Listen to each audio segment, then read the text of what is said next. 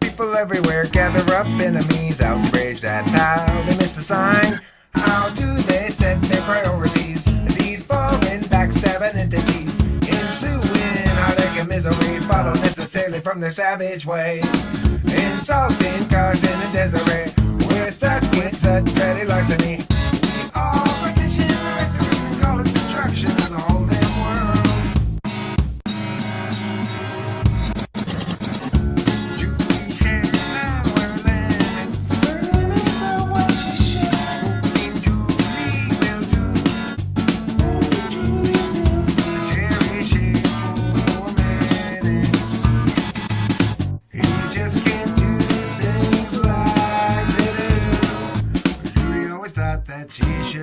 To when she had the chance to buy. Julie soon forgot about soon and ought, although she outrecalled. People everywhere gather up, enemies outraged at how they miss a sign. How do they set their priorities? These foreign backstabbing entities, ensuing heartache and misery follow necessarily from their savage ways. Insulting Carson and Desiree, we're stuck in such petty larceny. We all partition the rectors and call it destruction of the whole damn world.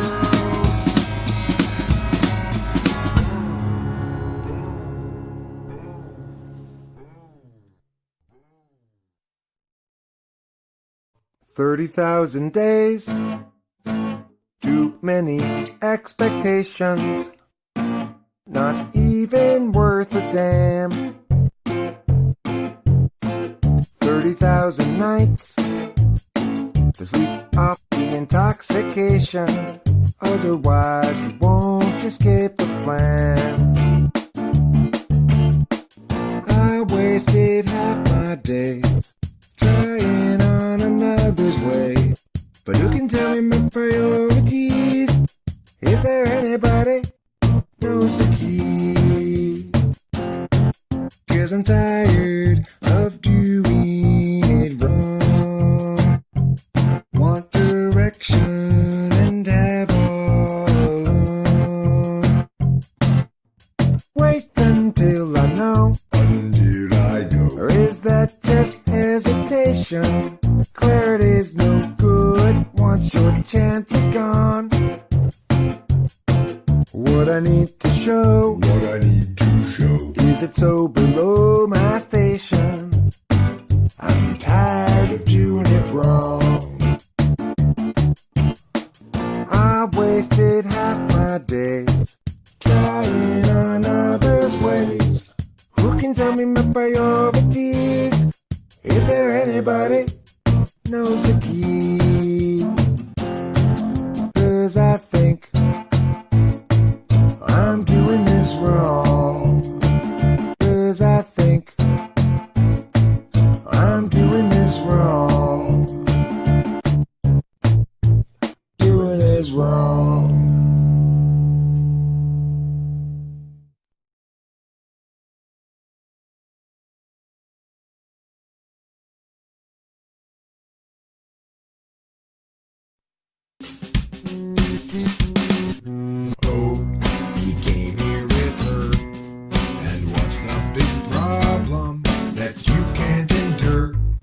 You seem so sure it's not appropriate blaming. You blame things on Scott. Despite getting caught, he's got you refraining for him, straining for him, going to the gym, make yourself good enough again.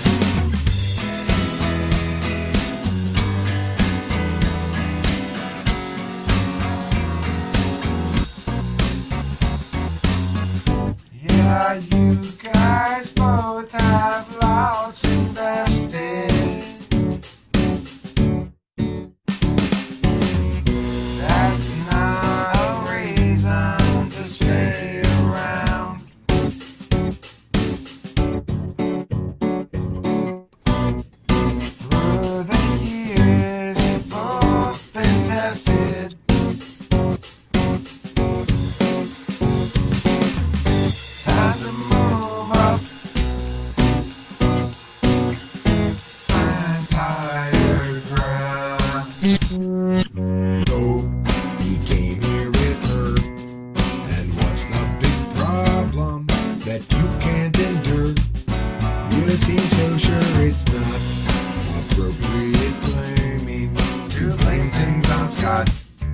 Despite getting caught, he's got you reframing for him, straining for him, going to the gym, make yourself good enough again.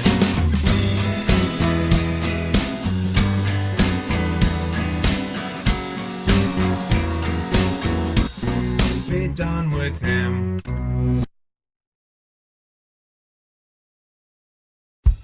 If Jesus was people but absent of sin, he must then have struggled with regular men and women, of course, when they too were present. Disciples all warily eyeing the lesson.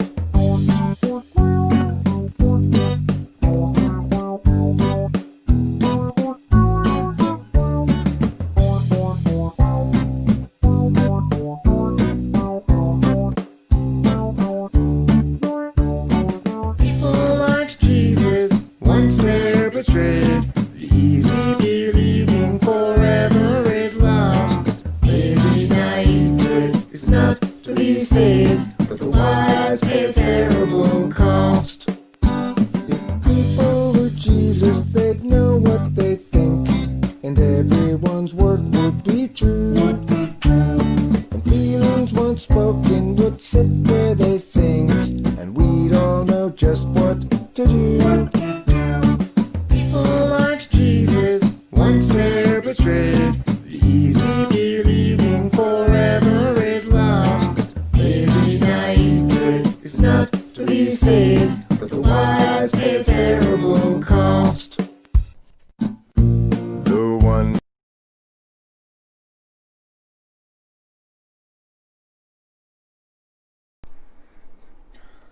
I'm a sex junkie. That's what got me to just stop the music right away and address this. Is Raphael's great comment. I'm not projecting as an I'm a sex junkie. I'm pointing out that Eric is as well, and that's the truth. I'm a sex junkie? I'm pretty sure I'm not a sex junkie. It's, I mean, sure, I like to have sexual intercourse, like anybody does, I guess, but, it's just not my drug of choice, I guess, you know? Like, Rachel and I smoke weed way more often than we have sex. We have sex every couple of days, every 3 days, maybe, you know, it depends. Depends on my mood. I've got a great relationship. Every time I want to have sex, it's like, I couldn't get any more enthusiastic downness from my partner. But, if I don't, you know, it's like she's willing, she does initiate sometimes. But basically, it boils down to I have sex exactly when I want and how I want. You know, it's perfect. Does she compliment my smile? She compliments me nonstop. Like,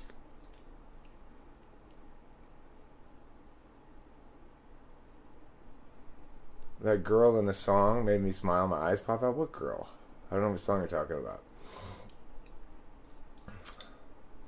Hi, Cloud.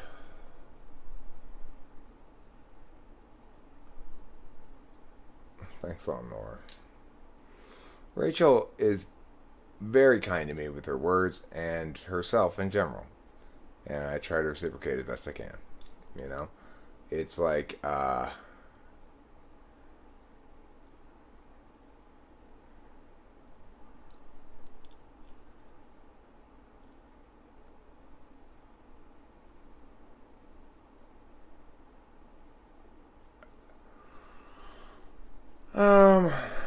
I mean, I guess the first one, but then it would just be a friendship. It wouldn't really be anything else than that. I mean, the thing is, you can't have an intimate relationship with a woman. This is my take on it anyway, that I can't have an intimate relationship with a woman without having sex with her.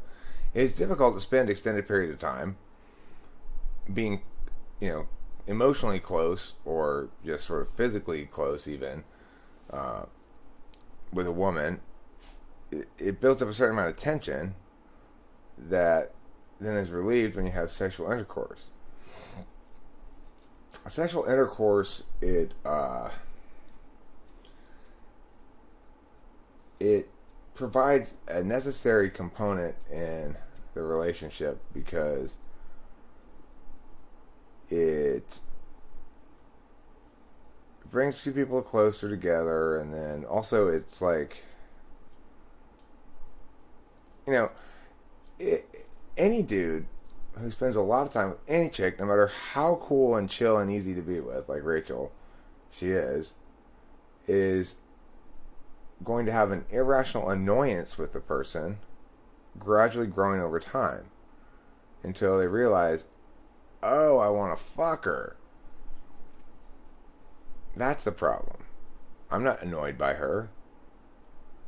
I'm not. That feeling I have is not like really like, she needs to be put in her place. It's more like, oh, I want to fuck her, right? So the thing is, if you're going to spend a lot of time around a chick, you really need to have sexual intercourse with her unless she's like,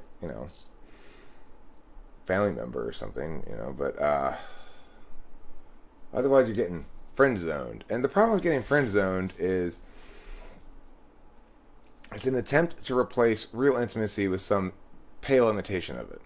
Real intimacy has both components to it, You need to be put in your place.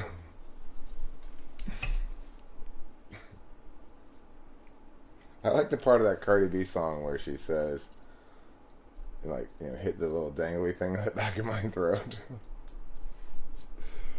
That's a great line.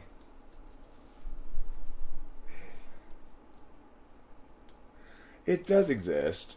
A long time ago, when I was young, in high school, because I didn't understand chicks, and I didn't understand, the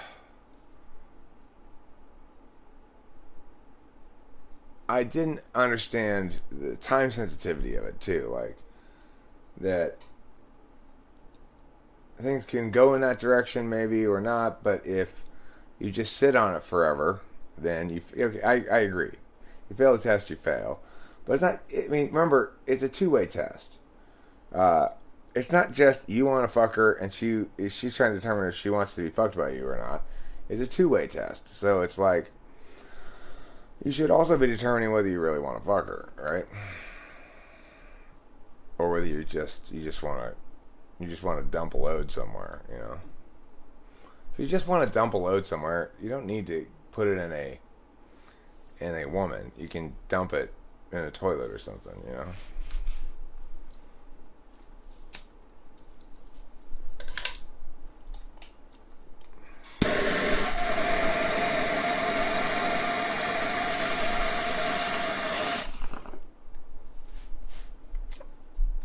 Cloud, you're just going to have to come to terms with the fact that nobody's as smart as you. We just can't think as fast. We can't talk as fast.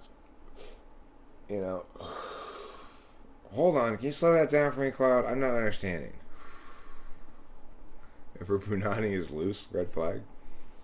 Well, I actually don't really think that's true. I think that has a lot more to do with the body type of a person than usage of the vagina. I don't think girls really get loose from being humped a lot.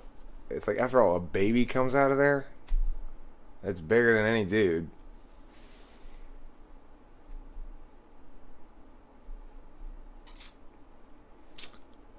Well, Cloud.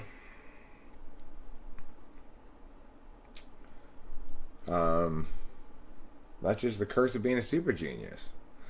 Look, Cloud, I get that to a super genius like you, I am boring as hell. But you gotta remember, you're living in a world of ordinary people where you're the only one who has your level of incredible intellect and insight. So it's like, I wish I could keep up, but I wish I could keep you entertained. I'm just not that, I don't have that much expert intuition like you do. I don't have that much wisdom and power and insight like you do. So Sarcasm. You're right. Sarcasm cannot outrun truth. That's why I've tossed sarcasm out the window. I said, no more sarcasm for me. I'm just gonna humble myself and admit it. If it weren't for Cloud coming around here, there probably wouldn't be any good ideas on this channel.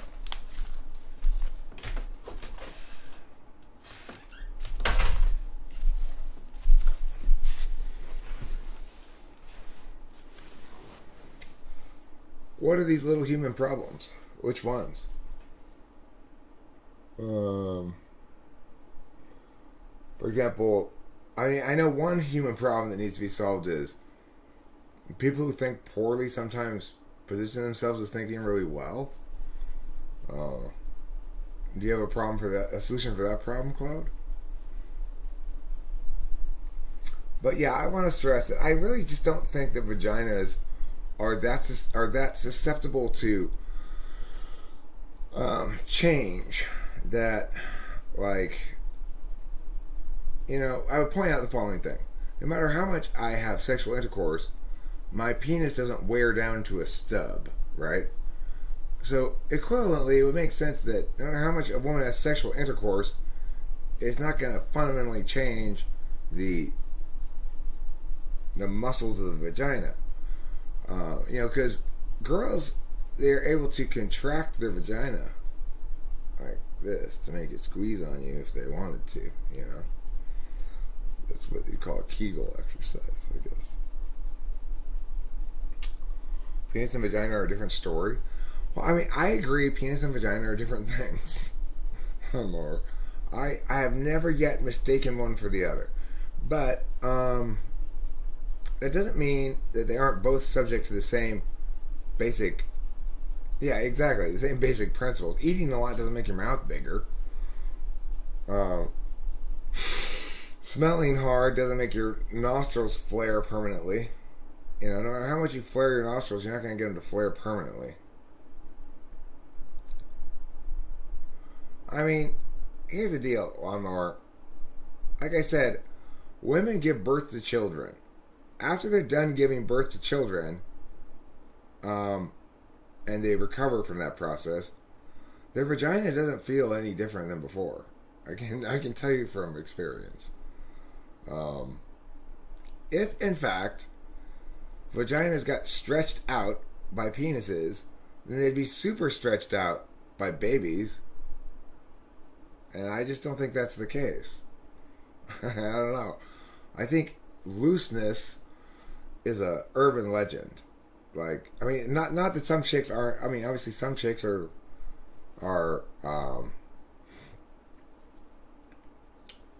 less grabbing onto you than others. Some girls are you know, just bigger girls have more curvaceous vaginas. Smaller girls have less curvaceous vaginas. You know, Rachel, I guess you could say, has a smaller, on the smaller side of vaginas. Now, no, she's 35 years old, and she's not a virgin. When I got her, she wasn't a virgin. Probably a long way from a virgin. So, you know, but that she's not. I mean, it's like,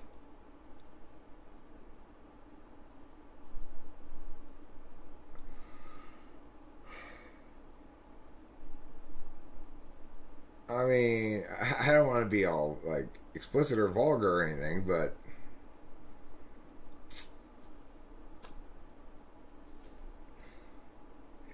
Cloud talks about a girl who was too wide for an 18-year-old. Well, if we were to judge people's age by that, Rachel would be about 18. Put it that way. So, you know, I just don't buy this whole stretched out vagina thing.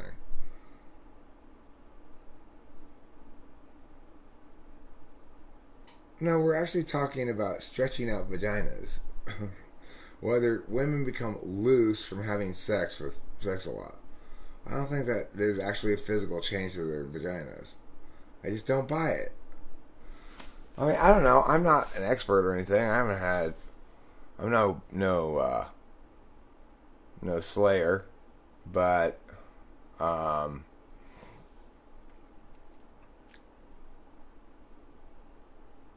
brag with my triple haze.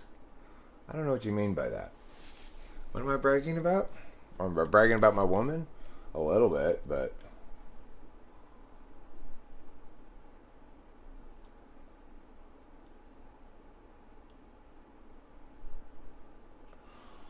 Winston's mom, I think you mean unusually. Unless their penis and vagina size were both usually large but occasionally small.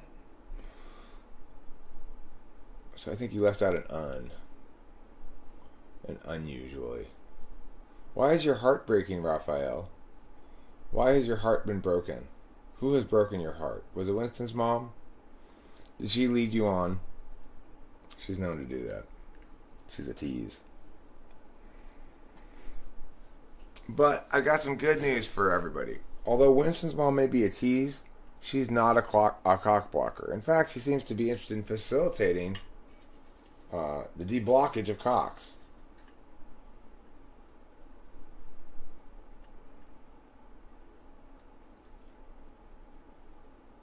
Oh.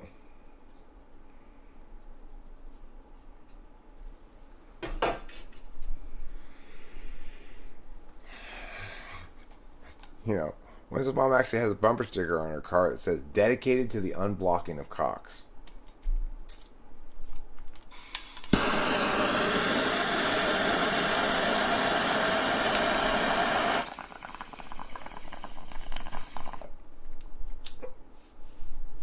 If you want to block cocks, block cocks.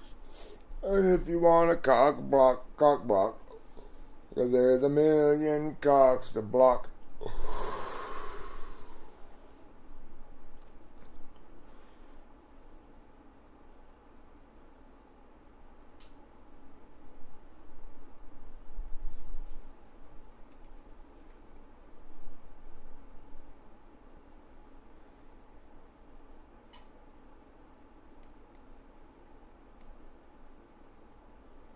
Yeah, we were fighting. Not gonna deny it.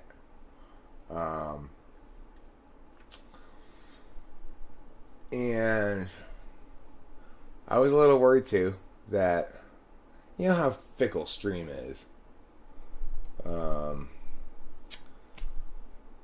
Stream's a bit of a complainer, but why do I stay with Stream? Love. We didn't evolve. We were designed. Space is fake. Made in Hollywood. Earth is flat. If space is fake, then where do I put my stuff?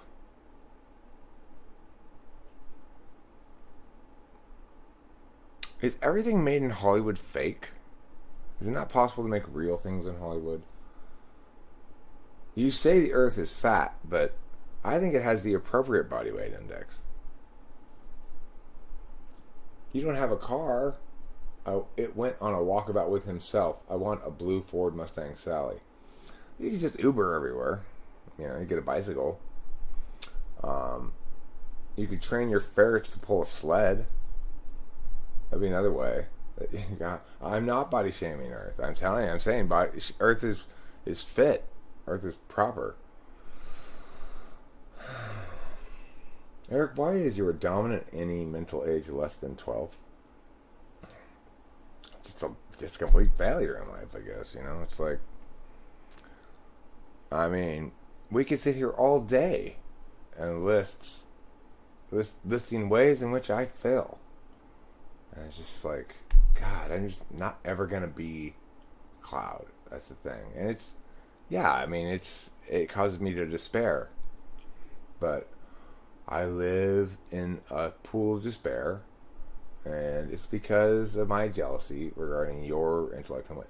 Can you guess which cognitive function isn't on the periodic table? Let's see.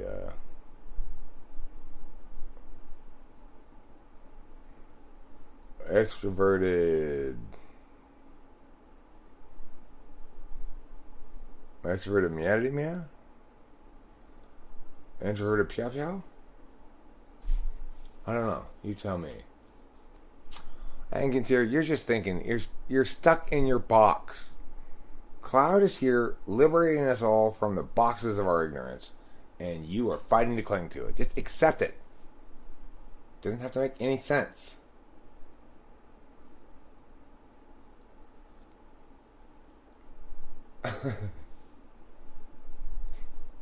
Rain, why did you fool me like that? You trying to make me look bad? Yes, you fooled me. I don't know what I was thinking. Fi is not on the periodic table.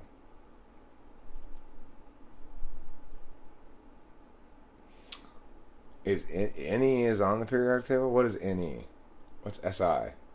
What do those things stand for?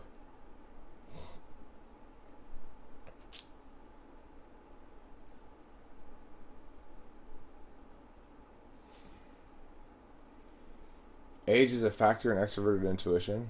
Like, SI is silicon. What's Fe is iron. Ni is nitrogen. Te is, I don't know, Californium.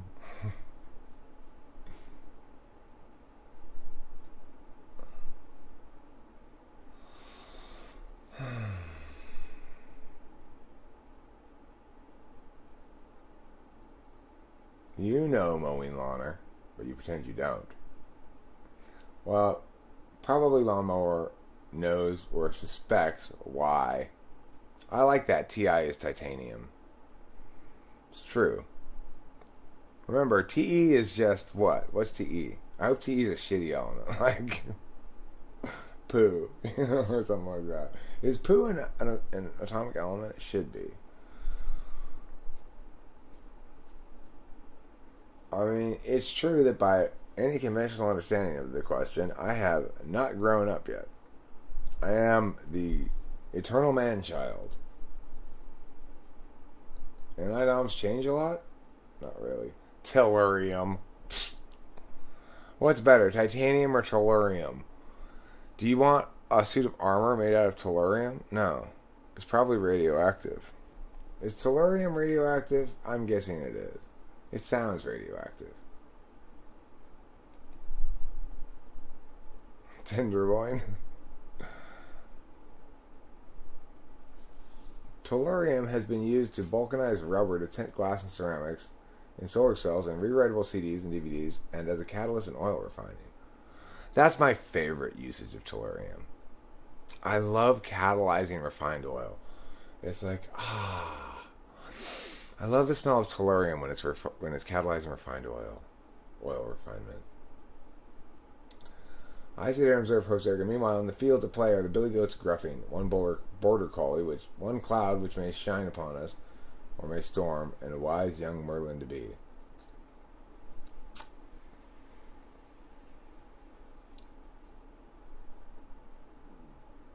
Yeah, if Te is tellurium, then tellurium is bad for you. Is it a heavy metal? Is it like lead? Are there any other elements that are the decayed version of some other element? Like, isn't lead radioactive shit that's lost all of its radioactivity? That's what I kind of understood it to be. Can you eat tellurium? How much tellurium should I eat? That's a good question to Google.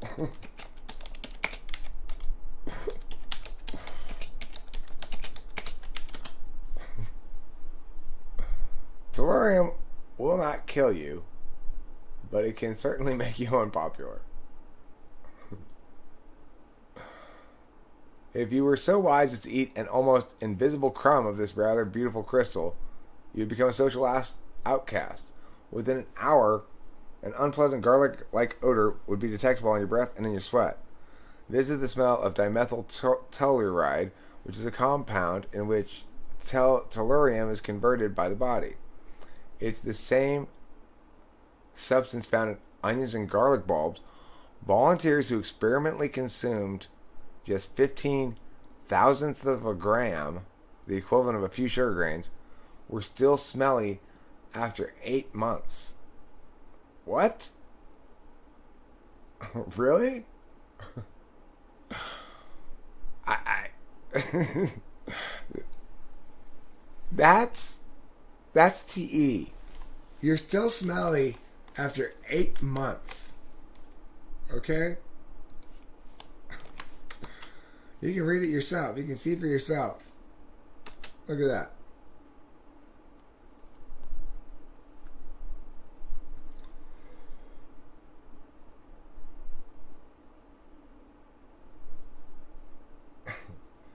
Don't eat tellurium. I mean, look, I am so surprised that if this is true, I don't see. It seems like it's true. It seems very sciencey and everything. I am shocked that tellurium hasn't made its way into a story, like a movie or something. If this is really what it does to you, it's like it's the perfect non-lethal way to mess up somebody in a. I'm not making it up. I'm not making it up. TE makes you smelly. So don't get it all over you. I know. I'm gathering elements in a screenplay I want to write with Rachel. I watched all these movies that made me want to write a screenplay, and I think Rachel would really help me coalesce it. It can certainly be part of. It can play a role in the basic idea I have for the screenplay that I want to work on is derived from my initial novel called the first novel I ever wrote, which was really a novella. It was about 100 pages long, called The Megalomaniacs. And the central conceit of that story is that scientists are testing this drug that almost always kills the people that they inject it into, but on rare occasions it causes them to have superpowers. And throughout the whole novella, they're trying to figure out what it is that causes, what it is about the people who get superpowers that causes them to not die but get superpowers instead. And in the end, it turns out that the thing that causes them to get superpowers is being megalomaniacs. So the only people who don't die from the drug are people who want to take over the world. And it doesn't have to be literally take over the world. Like, one of the characters is a megalomaniac who's just who expresses that megalomaniac as being a puss slayer. Anyway, the screenplay I want to write, though, is going to alter this concept that the only people who get the superpowers are those who either are megalomaniacs or who have a messiah complex. And that the concept here is there's going to be some sort of like narrator that says like, I never really thought about it before, but in all those stories, all the superhero stories, it's like somebody gets superpowers and they turn into either a villain or a hero. I figure it was just part of, selling the narratives or whatever. But,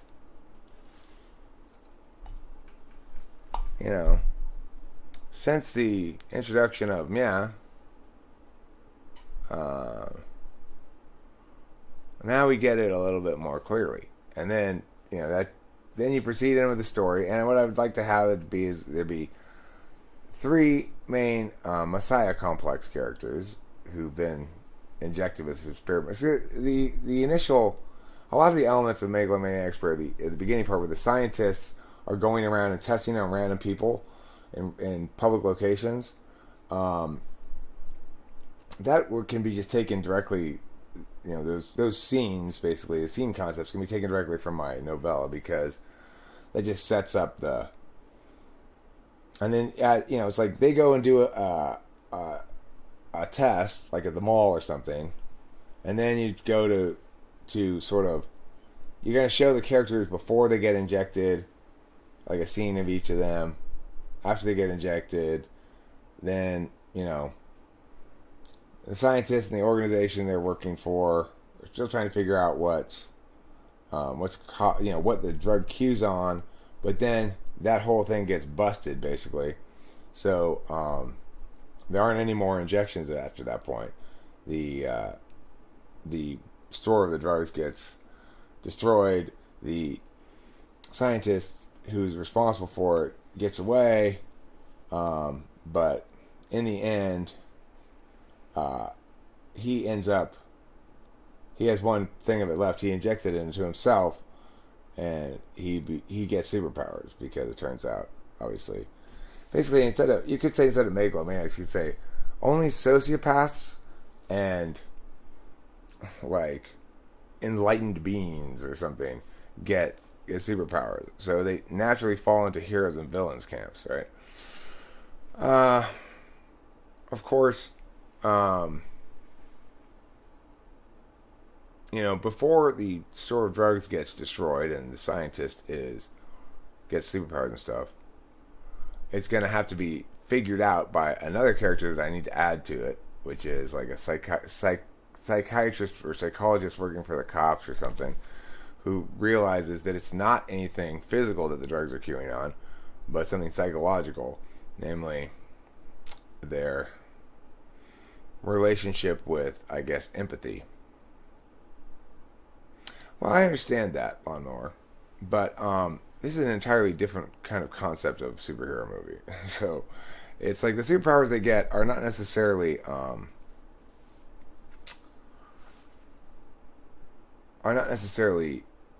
especially useful.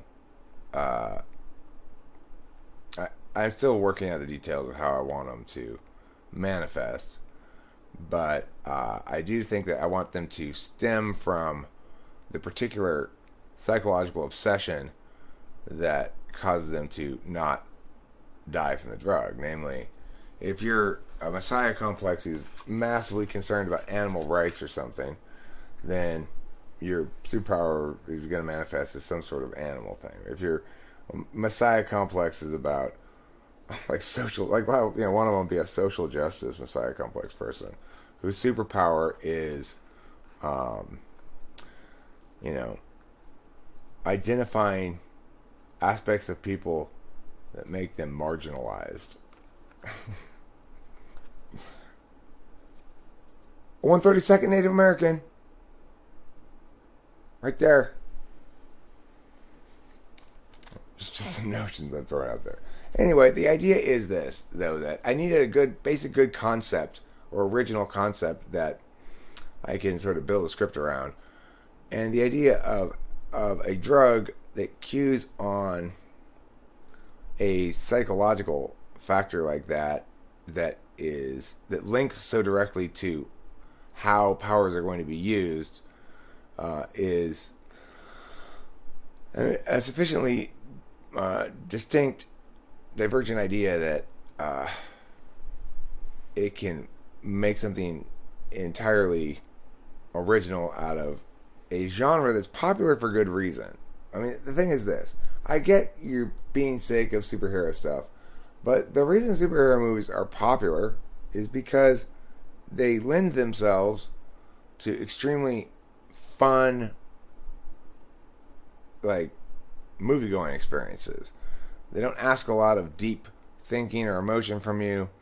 They pay off on satisfying emotional grounds like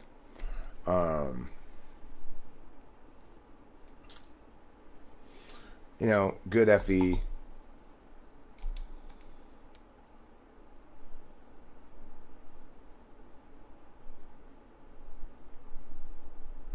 The rich man and Lazarus portion wasn't be taken metaphorically but literally. What does the rich man and Lazarus portion say?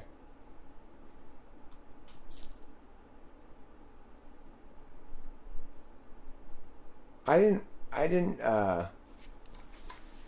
see the ghost story thing you wrote, Mrs. Mom, or did I read it? Or I don't remember it anyway.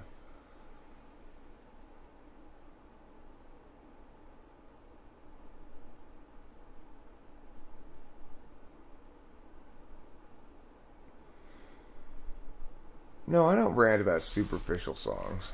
I mean, superficial is a different thing. Like, look, what I'm saying is this.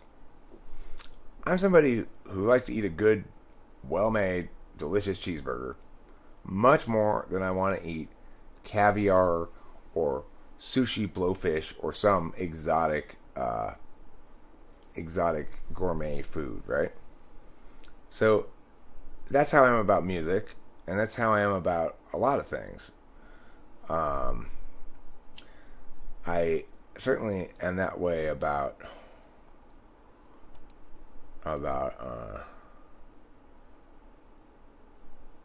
about movies as well. Look, which is not to say that, like, take a movie like Before Sunrise, okay? Before Sunrise makes my best movies of all time list, even though I didn't enjoy the experience of watching it particularly. And the reason is because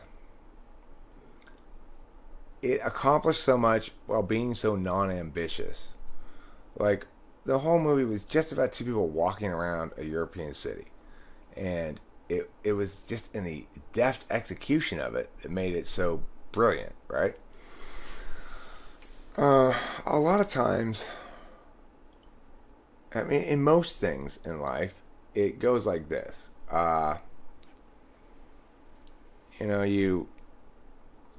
There's some sort of structure or form, and very rarely do we invent brand new frames for something like a movie.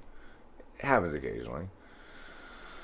I think that the movie that Rachel and I watched the other day with Brie Larson in it, called, I forget what it was called, but it was like Open Fire or something like that.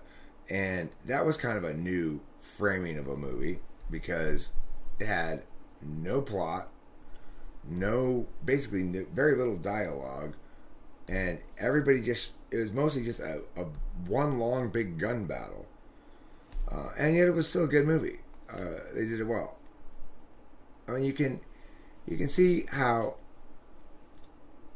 every movie is, to some extent, an example of an approach to movie making.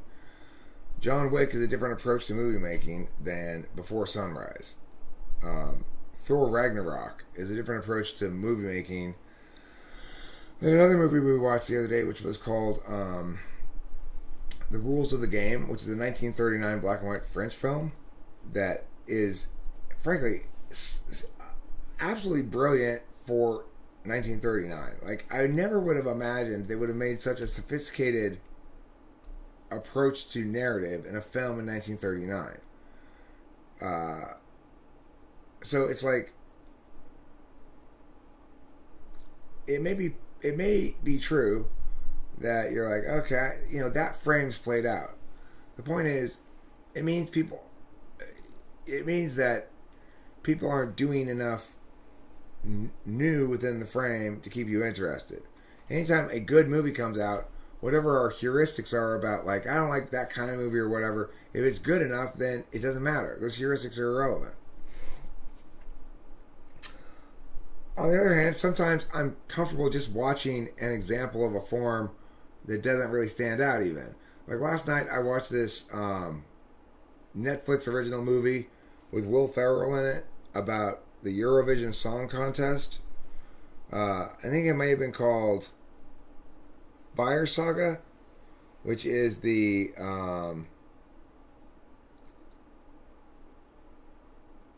what's my argument? My argument is that a good film is a good film, and I'm not gonna worry so much about whether the archetype that the film is an example of is archetype A or B. So it's like, all the real aesthetic questions are specific to the work. And the other reason I want to do that kind of movie is because that's the kind of shit I'm into. I'm into swords and dragons, magic, superpowers, stuff like that.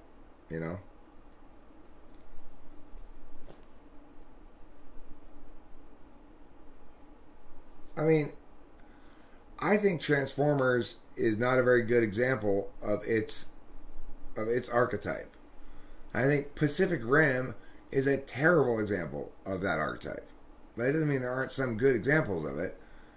Like, big CGI, robot-y monster things. I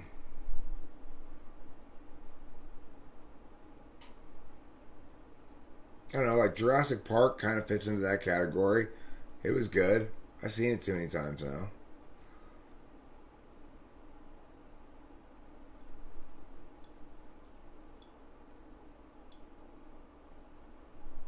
Winston's mom, you only get benefits if you're Native American if you choose to stay that way forever. I'm not sure Lawnmower wants to forsake his racial fluidity.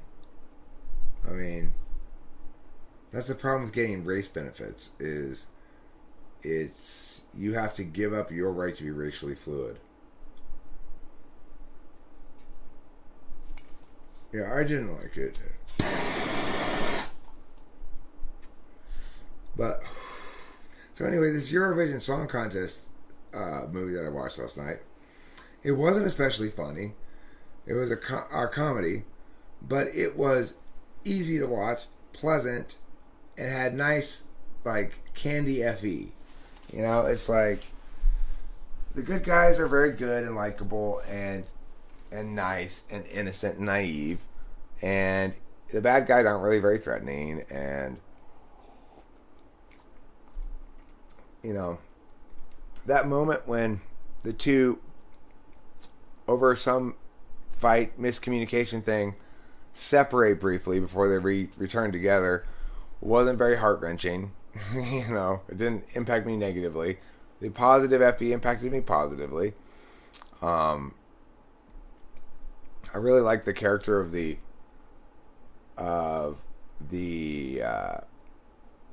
Russian entered into the Eurovision contest, who sang Lion of Love, and who was clearly gay, in the sense that it was like his house was filled with Greek statues with penises on them, and he had all these like men on the stage tearing his clothes off when he's performing and stuff. But when the Icelandic girl asks him if he's gay, he says, "No, I'm Russian. There are no gays in Russia. 0 gays." It'd be great if you make a video of the evolution of sarcasm in movies. Well, I don't have any thoughts on that. But it's a good point. What I do have thoughts on is that in 1939, they were talking about sex in movies. I've seen 2 1939 movies, Top Hat and Rules of the Game, both of which are considered excellent classics. Okay, both of them talk rather frankly about sex. So in Rules of the Game, like, the main lady in it, she's married, but she realizes her husband's been cheating on her, and she's being pursued by this aviator guy, and so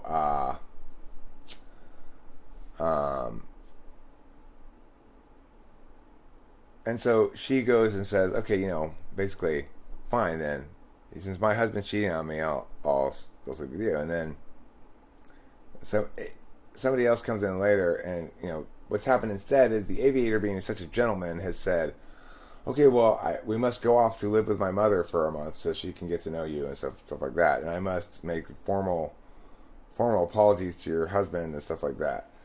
And then when asked about it later by another character, she says, I mean, I thought I was going to make myself available to him, and he was just going to take me right there. Now I'm stuck with this complicated go with him for a month thing. In Top Hat, they ask her, did you give it up already? And she says, yeah, I did when it was raining. at the park, and we were stuck there. I gave it up. And then later on, this other character's like making the moves. This fashion guy he's like this exaggerated Euro character, making the moves on her and saying, "I do not want to crush my precious flower," and she's like, "Don't worry about it. It's been crushed before." It's like she's basically saying, "Don't worry about it. I've been around the block plenty." It's quite frank, in its inclusion of sex into the narratives. And then starting in like 1940, 41, that shit got shut down. Rules of the Game, when it first came out, although now it's considered a Criterion classic, was reviled in France. And now, of course, it's considered one of the greatest French films of all time. I didn't think it was that great. Frankly, I don't think it's as good as Top Hat. Top Hat's a better movie. It's got more song and it's got singing and dancing, whereas Rules of the Game doesn't. They're both big budget productions, though. It's interesting. Rules of the Game was the most expensive film made in 1939 in France. It was the biggest budget production, and you can tell it's a big budget production. It's like that's what I mean by it's way ahead of its time. It's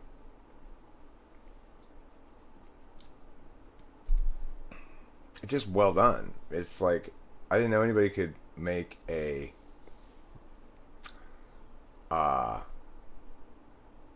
movie that successfully back then. Host Eric may not believe in the evolution of sarcasm. He probably believes in the creation of sarcasm. I do actually believe in the evolution of humor in general. You almost cut your finger? Well, I'm glad you didn't. No more knives for you, mister. What am I scared of? I'm scared of myself, and I believe that's the only thing I can really be scared of. One can really be scared of. Oh, Raphael, have you ever gone swimming in a crocodile-infested swamp? I think you discover at that moment that crocodiles are pretty scary. If you aren't scared of crocodiles, you better get scared of crocodiles. You were watching Gallagher yesterday? That fact amazes me more than his humor by a substantial amount. Amazes is not a bad verb to use there. Am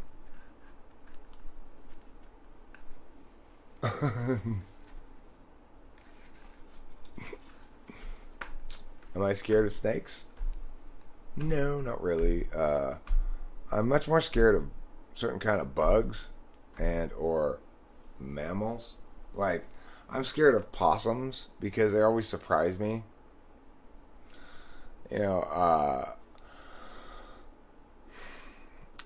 Like one time in Temple City, I walked into the garage and I was just sort of zoning out, and I smelled this gamey smell. I was like, "What is that?" And I looked, and it's like right in front of me, but maybe 5 feet away, was a big ass possum. And I squealed like a little girl and ran. Scared of possums, like, because also they hiss. So Laverne, I was walking to like by the fence here to open the gate, and there was a possum right here on the fence, and I like turned it. It was like right in my face. Like, I was like, ah! I ran like a baby. They're ugly, hissing, awful marsupials. I don't like possums. I also don't like flies, but they don't scare me. I just dislike them a lot. You're only scared of bill collectors?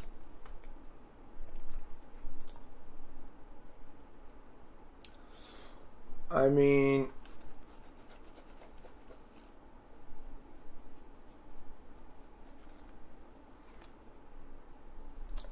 I read a document that cute cockroaches were artificial technology.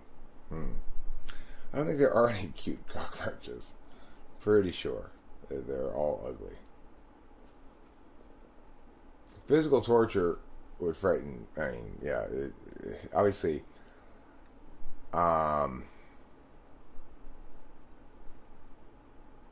I'm just making the point that there's a lot of different forms of movies, and whether or not a movie is good is it doesn't really link to what kind of thing it's an example of, but rather how well it's done. So, like, on my list of best movies of all time, and Rachel and I were talking about this the other day. If I had like a list of 5, Thor Ragnarok would make it. Before Sunrise, Nightmare Before Christmas, possibly the first Star Wars or the second Star Wars movie, meaning like New Hope or Empire, not Star Wars 1, 2, whatever. Well, I mean, a lot more. That's true of every piece of media that attempts to be funny. So is your problem that... I mean, some of it's funny as hell, though. It's like, in Guardians of the Galaxy, when the raccoon guy goes, "You make me so mad, I'm kicking this grass." And I laughed so hard. I thought it was hilarious. Anakin represents Lucifer.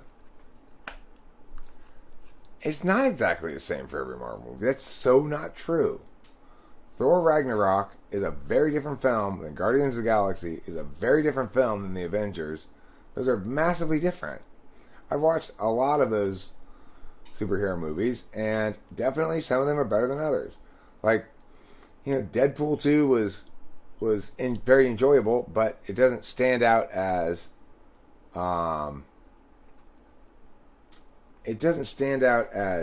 a great movie exactly. Like the movie I watched last night was pleasant, but not a great movie.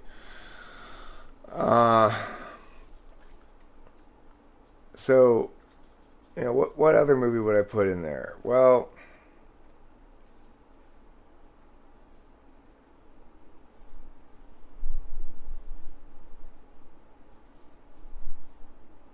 I mean, here's the thing about that is, I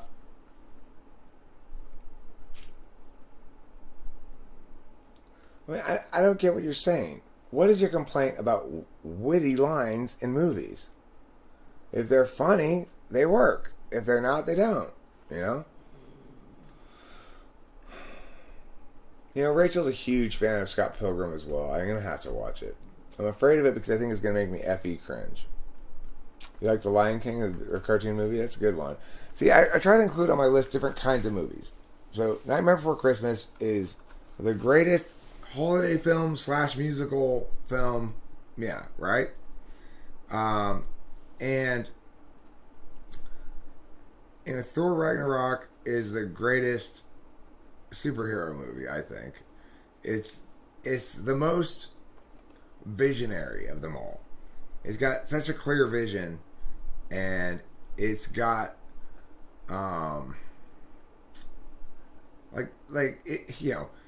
it gets that Led Zeppelin song. The use of that Led Zeppelin song is just so great. And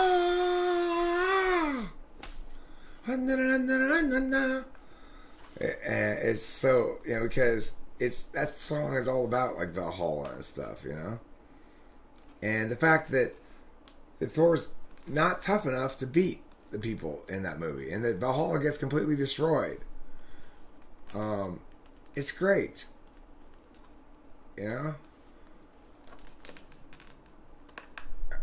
It's entirely predictable. It's not predictable.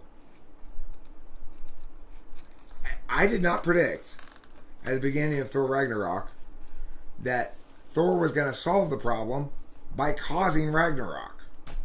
No, I think, but it worked great. Thor and Loki realized they're going to have to cause it themselves. It's not predictable at all. You're just shitting on it for no reason.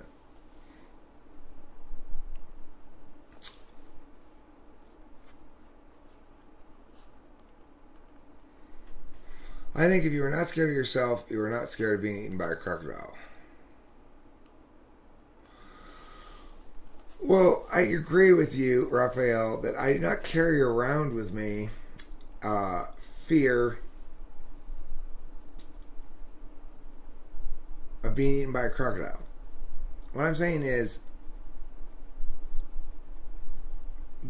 let's say I were to slip. Let's say I were to be standing on the edge of a small precipice, and the dirt were to crumble underneath my feet, and I were to fall into a swamp full of crocodiles. I would at that moment feel scared of the crocodiles. So, while it's true that I do not carry around with me a continual fear, it's not the case that one can only be scared of oneself. So, I don't feel like I really carry around much fear at all, but I do carry around a little bit. It expresses itself in this thinking I'm going to get in trouble kind of thing, you know?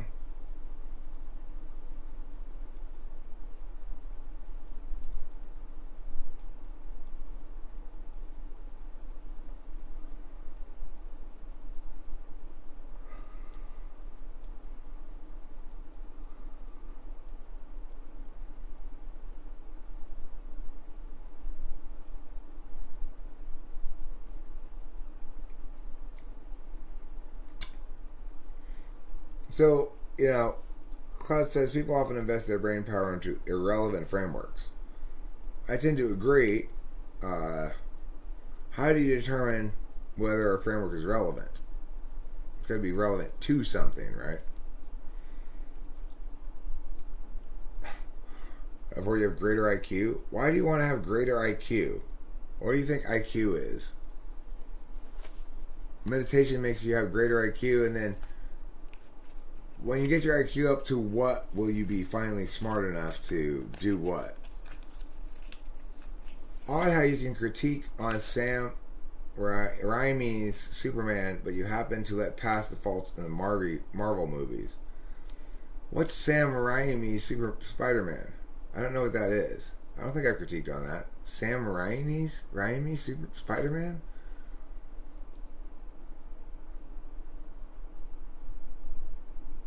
Who's Sam Raimi? My take on Spider-Man movies, recent ones, is Homecoming was not as good as Far From Home, was not as good as Into the Spider-Verse or whatever it's called. Oh, he's the director of the Tobey Maguire Spider-Man?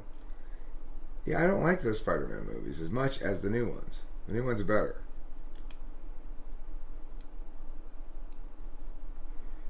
I mean, first of all, the new ones aren't burdened by Kirsten Dunst, who's a terrible actress, who I never believe when she's acting. I always go like, why is this chick obviously acting among these people who are good at it?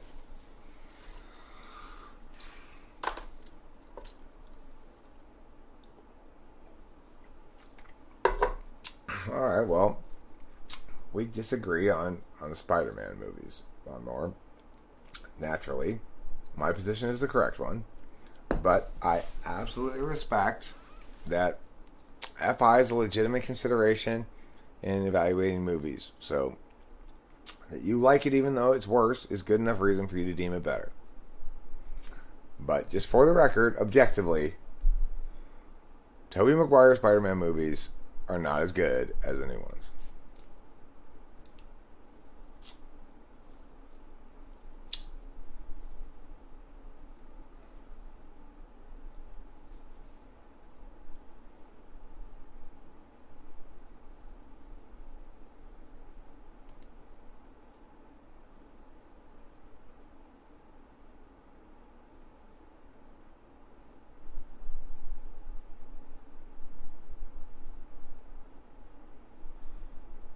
You judge it. Simply determine if the map actually represents the territory.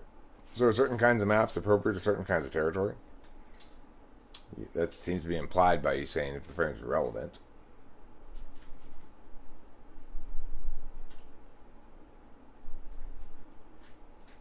Hi, Xavier Reeds. Just to fill you in, Lawnmower is currently expressing wrong opinions about Spider-Man. Do I like animes? I like Naruto, and I also watched Avatar: The Last Airbender. I've also watched Hajime no Ippo, the boxing one, but I don't watch too much anime. I mean, obviously, look, having watched all of Naruto and Naruto Shippuden in Japanese with subtitles, I've put plenty of hours into anime, but I don't have a broad. I have a deep but not broad experience with anime in that regard. How are you feeling? Better? Yes, I am feeling better. I guess I was feeling kind of bad last night. I didn't get a lot of sleep. I got about 4 hours, but I did manage to consume some Adderall this morning, which helps. Orochimaru is a very interesting character. I don't think Orochimaru is an ENTP. I think Tsunade is a ENTP. Lawnmower, why do you shit on Marvel movies? It's like countervalued NI or something. Or, NI is good. NI is juicy. Orochimaru. I mean, I don't see... I don't really see it, but, you could... I'd say Sasuke is an ISFP.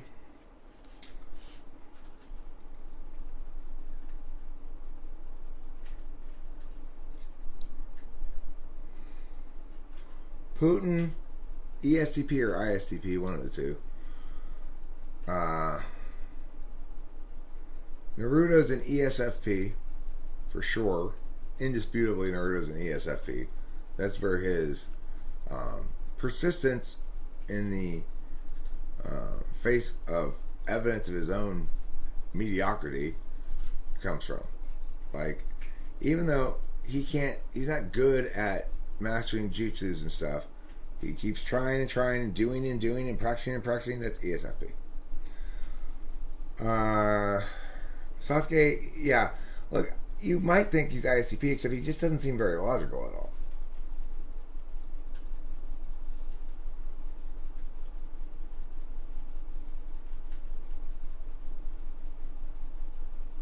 Okay, well, the point is, Cloud, that we know that Naruto is an ESFP because instead of taking action with words, he takes action with action. And he doesn't think words are particularly important, and he's good at making some short, earnest, emotional speeches, but certainly is not ideational at all. So, no, Naruto's an ESFP. Naruto's the world's greatest ESFP. It's like, if the world were like the ninja world of Naruto, Cloud wouldn't have to be around here shitting on us to feel like he's doing something. He'd be out there mastering jutsus, But because the world is so metaphysical now, even a smart ESFP like Cloud is going to end up engaging in a lot of action in this format here. Naruto is not an ENFP, and neither are you, Cloud. You don't have extroverted intuition. In the front stack. You're definitely not any dumb. Yes, absolutely. You sound exactly like SEFI.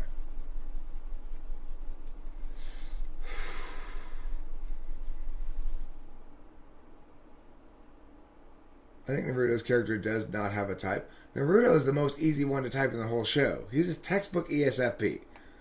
Dumb, confident, and persevering. And earnest and honest in his, FI, I don't care if this doesn't make any sense. It's FI right. He's textbook ESFP.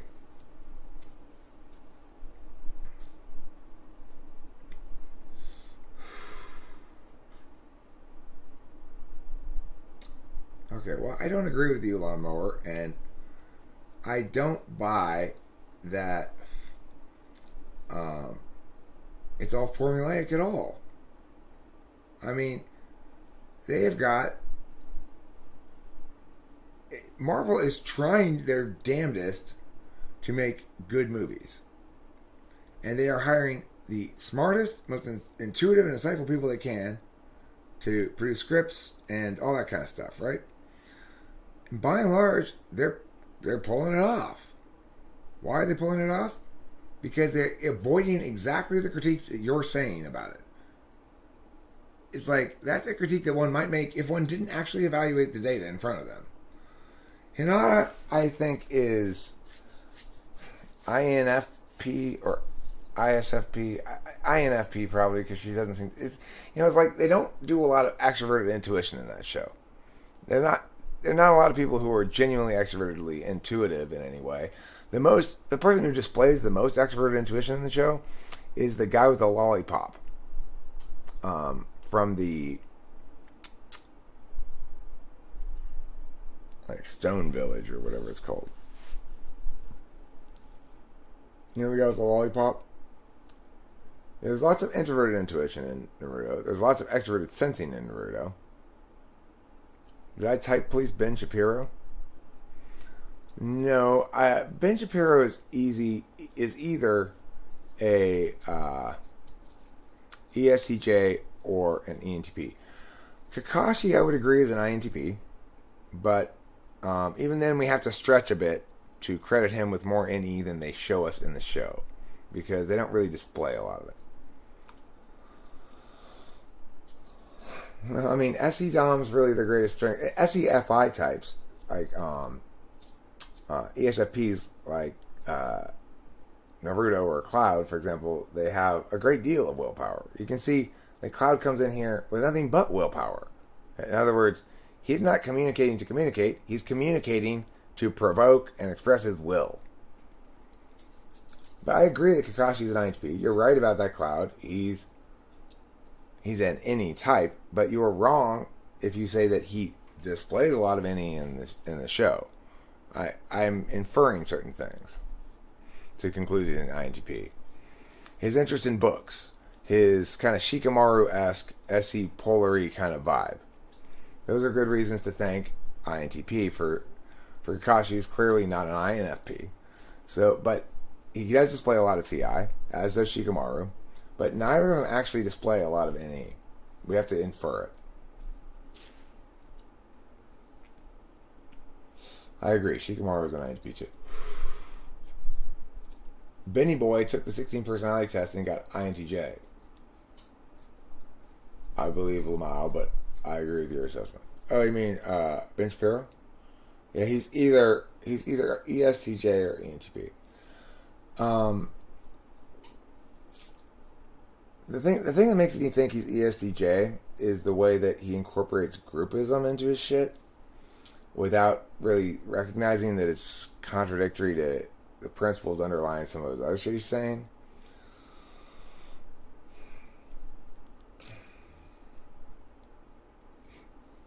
Yeah. Cloud. So, okay.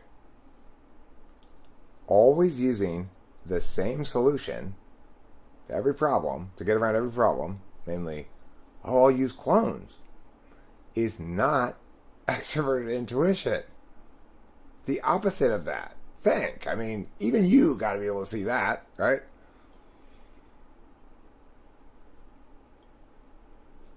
It's like always using the same approach, the same clever idea, surprising him multiple times in a row, is not an indication of extroverted intuition. But I get it. It's like you are, the harem jutsu, right? Not, pictures of naked girls, not extroverted intuition.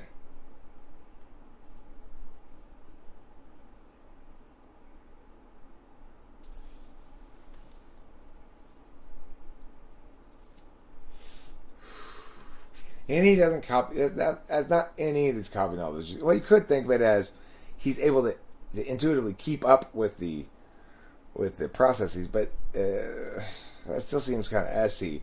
He's really any in his book reading, most of all. It's like, and his carefully hidden insecurity. That makes him seem like an INTP.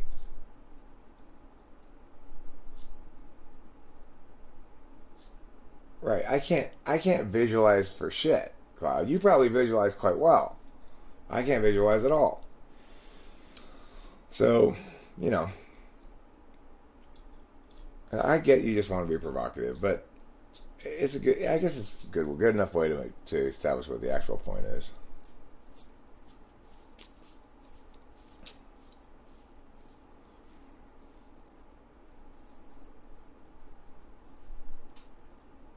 I haven't watched One Piece, so we can't do One Piece. I mean, I've watched a little bit of it.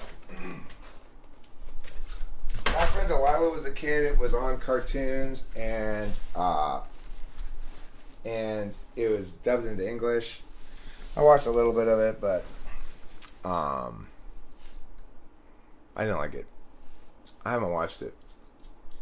Like I said, the only shows I've watched, the only one that I can really talk about anime-wise are either Avatar: The Last Airbender or Naruto.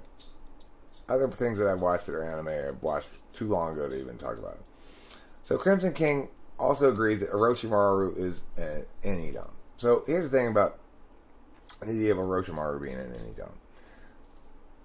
We don't have reason to believe that based on what's explicitly there in the show. He doesn't demonstrate extroverted intuition in any meaningful way.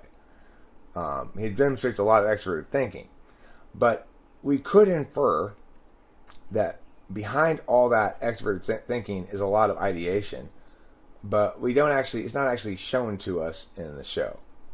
So, the one character in Naruto who shows the most extroverted intuition, who actually displays the extroverted intuition, is the lollipop guy. Omoy, I think his name is Omoy or something. Okay. So this is the thing. What you call TE critic, you mean TE countervalued or TE 6-slot demonstrative or whatever. It's true that ENTPs can display effective TE. But they do that when the world demands it of them, not as a means of expressing their own vision. Now, obviously, because irrelevant. Cloud, the word relevant and irrelevant mean things. So, I keep mentioning the lollipop guy because he's extremely relevant to the question of extroverted intuition. If you watch a scene or two with him, you'll see in very short order what it looks like if we are to see what extroverted intuition would appear as in the cartoon. He's constantly ideating about possibilities. Usually worrying about stuff, right? Like he says when they're approaching the Leaf Village, and there's an ENTP girl. The other girl, not the big titted one, but the other girl, the third member of that party with Amoy, big tits, and then the third one, she's an ENTP. But the point is, she throws a rock at him, and he goes, "Well, what if that rock hits another rock, and it causes that rock to fall down, and then they tumble and they smash the Hidden Leaf Village, and when we get there, it's all destroyed." That's extroverted intuition. I'm not projecting my personality. I don't do that. That's INFP extroverted intuition. So you're just making random statements that mean nothing. But I'm happy that you're provoking some sort of response. I know it doesn't matter to you what's right, so that's fine. I don't think every Enidom does keep talking all day in their room. I certainly don't. You know, large periods of my day are spent making music, for example, or potentially writing something, or watching movies. But the point is, only in some of those activities am I using extroverted intuition. So it's like, I'm working on this song right now that I'm trying to get to come together, and there's a portion of it where I was looking for a bass sample that I could use. That's not extroverted intuition. That's using introverted intuition and extroverted thinking. And I have to use a lot of extroverted thinking in making music. It's an unfortunate requirement because but the thing is, I don't need to use a lot of extroverted thinking anymore because I've used mostly introverted sensing. I've mastered the app.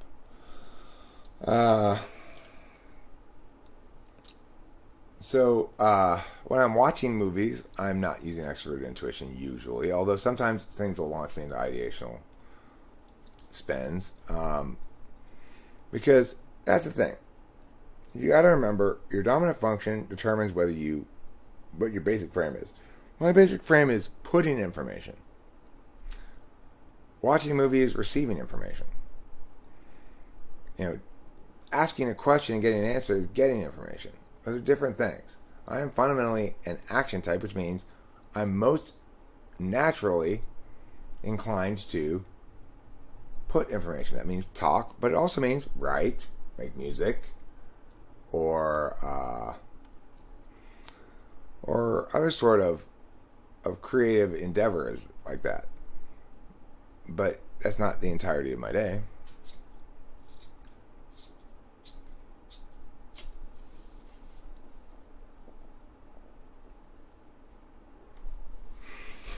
Freemason grade 35. What does that get you?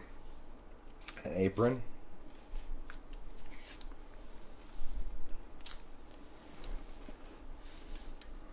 Well, I mean, I think it's fair to say Raphael the Cloud is at least attempting to provoke. He may not, and often he's successfully provocative. There's nothing wrong with being provocative. It's just that it it gets tiresome quickly if the provocative person can't can't play the game they start, you know. And he just keeps starting new games without ever playing any of them.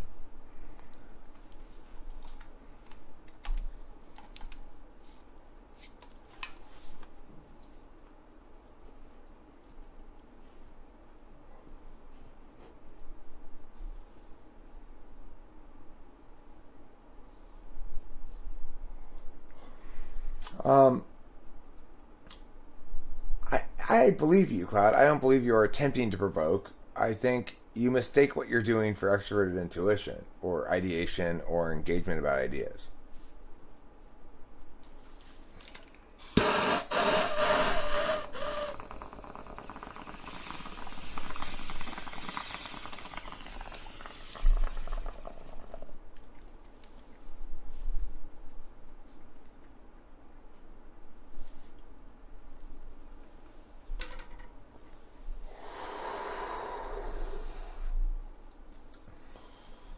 Well, look, I'm developing my new system, which has 14 belts of spiritual growth, from white to black, and everything in between. Now, most of you people out here right now, I'm a black belt. I'm a spiritual black belt. That means I'm fully enlightened, and I'm fully qualified to be a guru on the internet. You people are mostly all white belts. You're still beginning your spiritual journey with me, as I guide you down the path that you need to follow to be as enlightened and spiritual as me. So, Running Fox, I'm gonna let you be a yellow belt, and you two Lawnmower can be a yellow belt, okay? Cloud, Raphael, you're white belts. Crimson King, I'm not sure about you yet. I have to belt you. Xavier Reeds, yellow belt's okay for you. Yitzray Mahal, white belt. Sean O'Neill, I'm gonna go ahead and give you a yellow belt.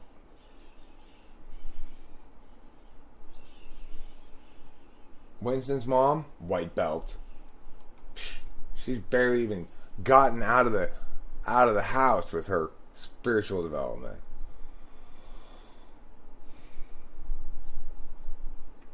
Okay, look,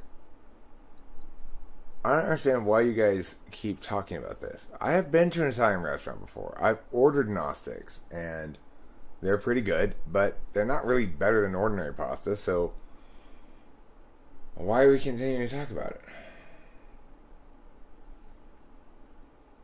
Sky Gear,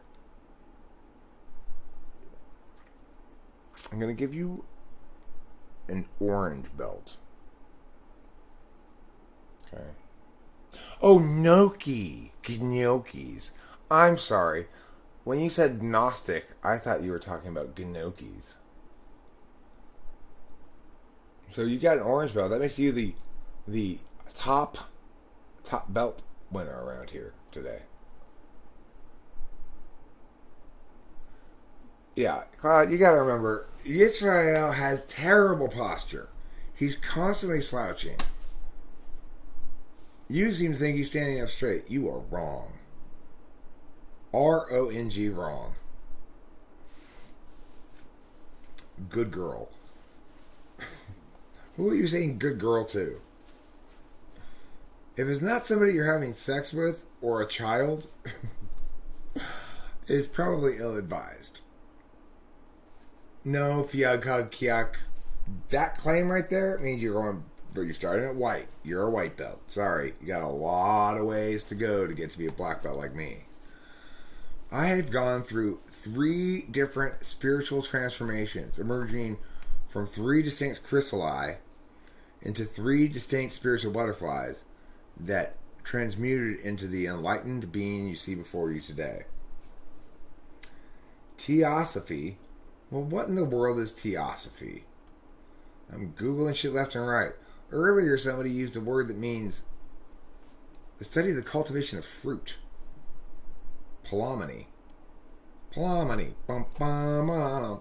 Theosophy. Bum, bum, bum, bum. Palomony. Bum, bum, bum, bum, bum, bum, bum. Any number of philosophies maintaining that a knowledge of God may be achieved through spiritual ecstasy, direct intuition, or special individual relations, especially in the movement founded in 1875 as the Theosophical Society. Theosophy. A pantheistic philosophical religious system? There's more than one God? Is that what pantheistic means? Hermeticism. Hermeticism is a tradition based primarily upon the writings attributed to Hermes Trismegistus, thrice greatest Hermes.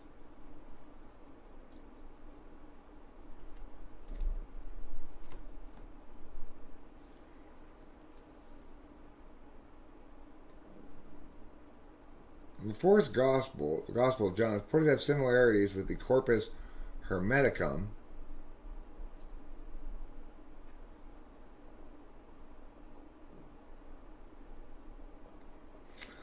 Both texts use the concept of logos and emphasize that the followers of their respective religions are apart from the rest of the world, suitable for only a few followers. Each of the 2 texts stress the importance of redemption, revelation, and rebirth to find knowledge of God, and contain striking similarity in the wording of how moral attitudes promote higher knowledge in general.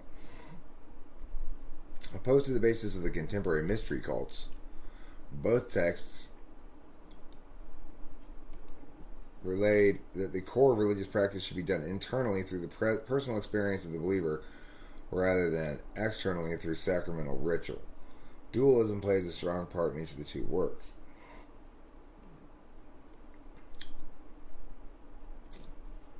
Marian Lyman points 4 distinct contrasts between the 2 works despite their similarities. First, the fourth gospel is a homogeneous work, while the Corpus Hermeticum is a work which is found in fragments, which he suspects were written by many authors over a wide range of time. Second, cosmic speculation is paramount to the Hermetic work, while the fourth gospel focuses on the issue of religion. Third, the Hermetic text focuses on the aestheticism of the day, while the fourth gospel ignores it completely. Fourth, the gospel's figures are all unique and grounds itself in the life of Jesus of Nazareth, while the Hermetic text uses an elusive literary tradition which does little to identify or separate its characters. Though she relays that a scholar named Angus believed that the 2 would be more similar if they had the same proportion of Hermetic writings as Christian writings. Hermeticism is closely related to gnocchis. Both flourished in the same period in Alexandria in the same spiritual climate, sharing the goal of the soul escaping from the material realm through true understanding and studying personal knowledge of God.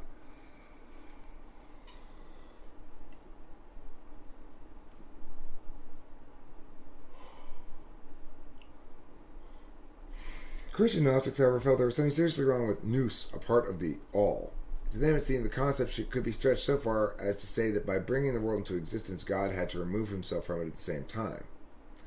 They also differed on the basis of theology, cosmology, and anthropology. Though both agreed in God's transcendence over the universe, Hermeticists believed that God could still be comprehended through philosophical reasoning, in agreement with philosophers and Christian theologians, but Gnostics felt God was completely unknowable. While the Gnostics indulged in mythological references often, Hermetic texts are generally void of mythology. Hermeticism is optimistic about God, while many forms of Christian Gnosticism are pessimistic about the Creator, a different being from their conception of God. The monad in early Christian Gnosticism is an adaptation of concepts of the monad in Greek philosophy to the Christian Gnostic belief system. What's the monad? Several Christian Gnostic sects saw the cosmos as the product of an evil creator and thus evil itself, while Hermeticists saw the cosmos as a beautiful creation in the image of God. Both view that mankind was originally divine and has become entrapped in the material world, a slave to passion, and distracted from divine nature. However, the Gnostics often held a pessimistic view of mankind as a result, while the Hermetic view is generally positive towards mankind, just the same. Hermeticists believed the human body was not bad in itself, but materialistic impulses and sexual desire were the cause of evil in the world. It's like you can see in all these battles back and forth the attempt to make prime a given cognitive function bias. Like the Gnostics were obviously NI users. You know, they didn't respect the physical realm at all. They didn't understand that human existence is half physical and half metaphysical. It takes cognitive functions to get somebody like me, who's super metaphysical, to recognize and realize that my approach, my pro-map approach, my metaphysical approach, is not inherently superior or the more legitimate or the more actual part of human existence in some fashion, right? The physical is just as real and just as significant. So the Gnostics were basically trying to say, the problem is sensors. When we just get rid of sensors, then, you know, that's why you get to God. When you have a very, like, personal relationship with a loving Almighty kind of a frame, that's a very FI frame. Which is mine. The thing is, for me to attain that frame at all is required me to be in a desperate place, you know. You could also say that it's an SI frame. I guess that's probably how I was able to attain it, is I treat it as a behavior, which is to say I treat it as something which produces an experience for me rather than as an advocacy, you know. Yeah.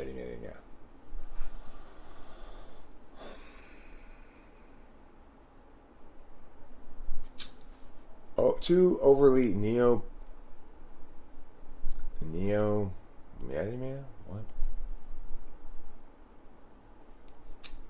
Oh, Neoplatonic for my taste. What's too Neoplatonic? New Plato? New Plato is so much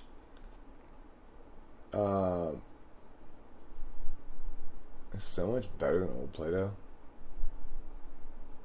This makes him, you know, so Neoplatonic, I guess. The problem is physics itself, Eric. It's all too extreme. I agree, Kyra. Let's get rid of physics. No reason to have it. I speculate there's life on Jupiter and Saturn. Why? Like, what motivates that speculation? Just wanting it to be there, or do you have some reason for it? Like, well, there's something about the atmosphere of Jupiter that makes me think it supports life, or whatever.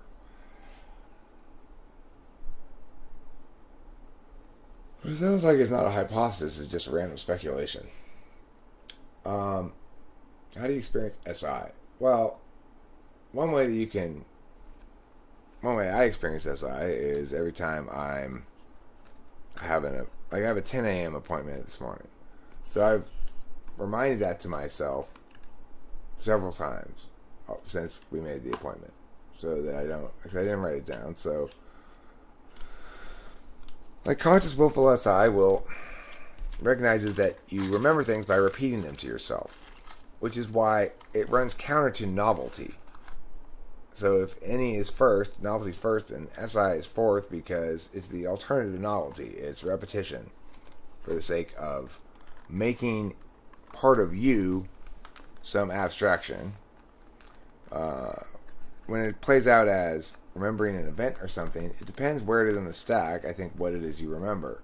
The higher it is in the stack, the more high-resolution data you remember. So if you're an SI DOM, you might remember the smells and sights and sounds and other kind of things in some way of an experience that you had. You might be able to kind of go in your memory and relive the experience. And I think everybody who's an SI front stack person does that to some extent. Like there's one particular experience I relive periodically. I haven't done it for a while now, actually, but did it a lot for a stretch, which is when I went to the city of Pomona and told them my story in front of the, responding to the investigator who was working for the defense attorney for the guy who got tased, and the city people were all there, and it was an extremely effing gratifying moment for me. It was like, oh, the delicious cake that I am eating right now, the delicious effie cake. I've never tasted a moister, more juicy cake than this. And I still go back over it in my head, and I feel this, like, this welling up of warmth and pride or something, because, I killed it. It's like they never interviewed or talked to anybody about anything like this that was so completely ahead of the game on how to use words. The glee in the investigator's eyes, who was working for the defense attorney, was obvious to me as we progressed. So it's like, that makes me. I love that's ego spank bank stuff, right? I don't spend a lot of time in that because I am actually an NE DOM. So, SI. I can't think of a lot of examples of stuff like that comprise good SE satisfaction that I indulge in a lot. But the other ones are typically more experiential, like taking a bath or something. The only true path is one. Path number 1. Ooh. You sure you want to go path 4? You want to try path 1? Path 1 is the only true path. Well, how do you evaluate the truth value of a path? First, you turn it into a statement, because only statements have truth values. Oh my God, Xavier Reeds, did you also study underneath Dom DeLuise? Because I'm a big student of Dom DeLuise's as well. His humor, talk about hilarious. You want to talk about somebody who's an absolute hilarious genius. Dom DeLuise.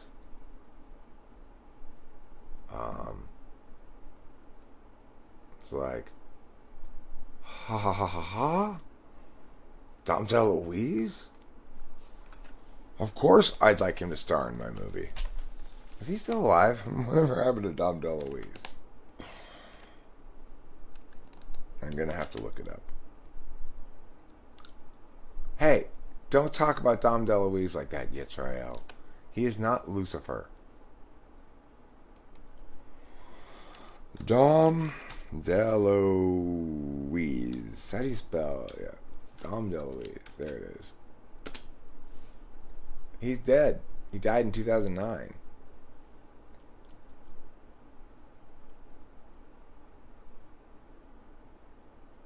He was married.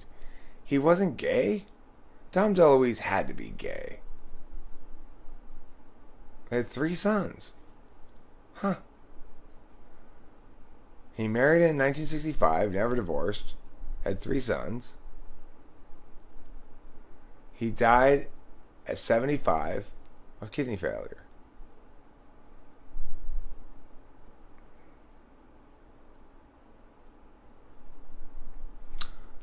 Mel Brooks said, Dom DeLuise created so much joy and laughter on the set that you couldn't get your work done.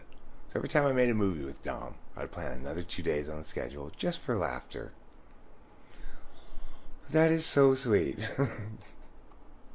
Well, he had a big fucking filmography. He did a lot of movies. Did you know that Dom DeLuise was in Beverly Hills 90210? I didn't either. Did you know that he was in the Ren and Stimpy show? I didn't either.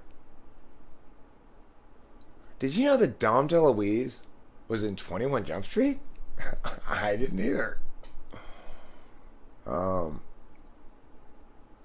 Did you know that Dom DeLuise was in the Munsters? I didn't either. Did you know that Dom DeLuise was in Stargate SG-1? I didn't either.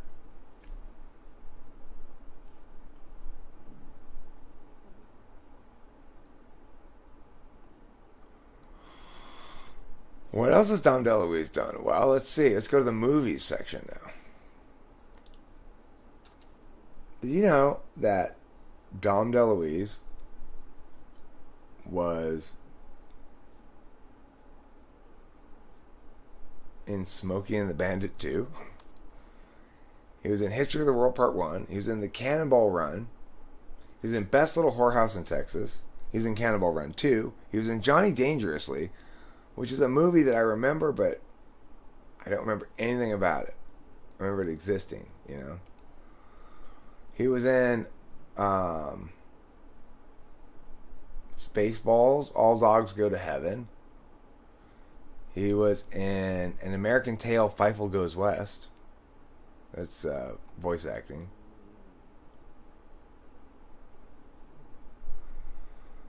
He was in...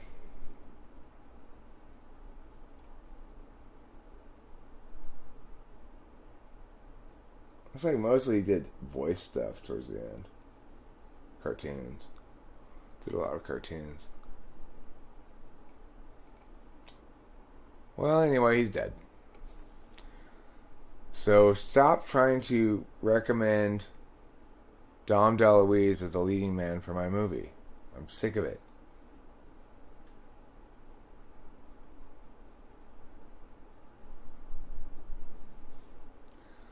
Alright, Xavier reads, I am pretty sure you've got to be the first person in history to call Dom DeLuise a post-structuralist.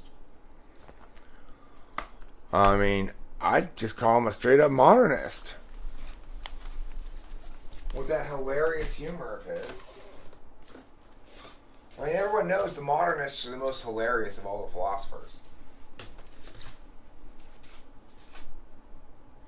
Well, with their principalism and refinement of human civilization to a better, more logically consistent manifestation that rejects relativism, those hilarious modernists.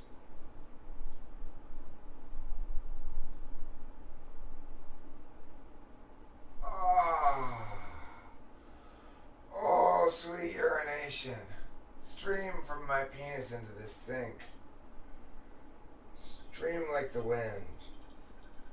Or the river, I guess. Stream like the river after the winter snows have melted.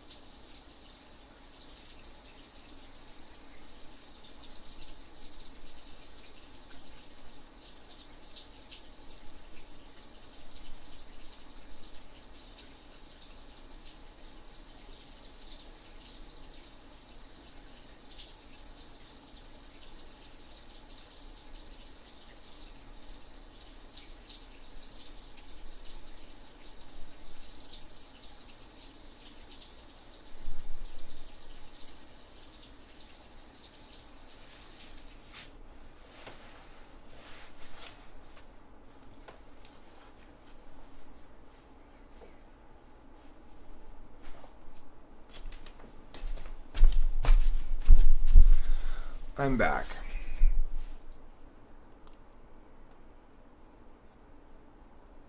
I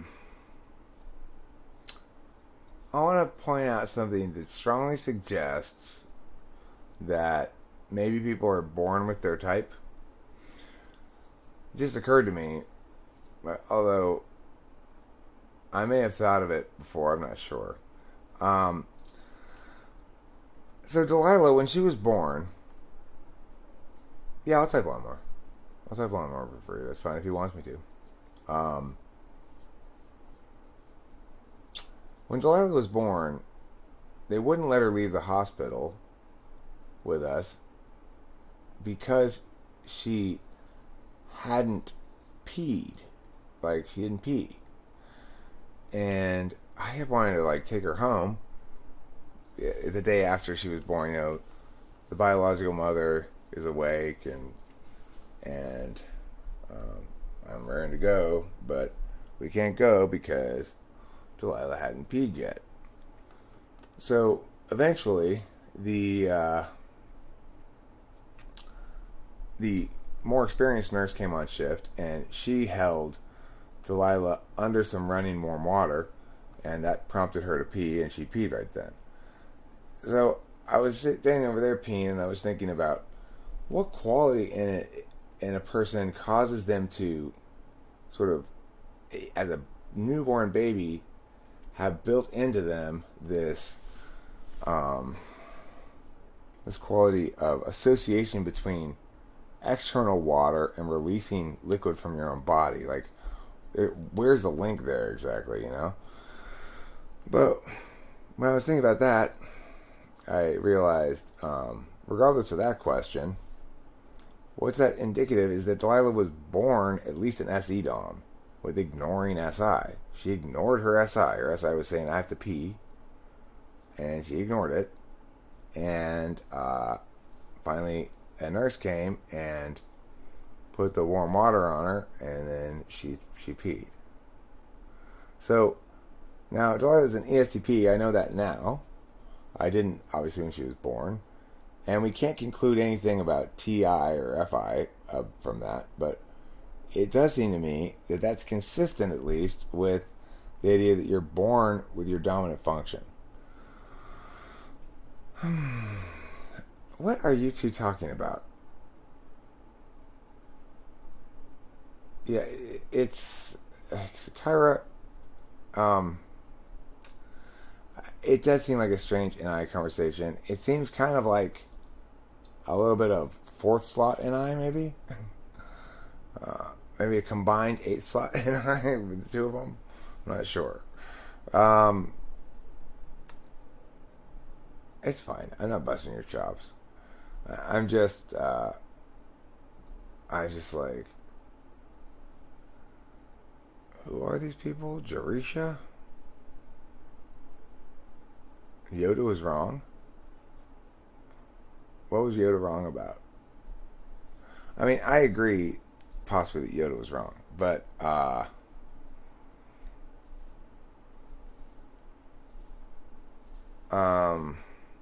I'm curious about this. Why was Yoda wrong? What was Yoda wrong about?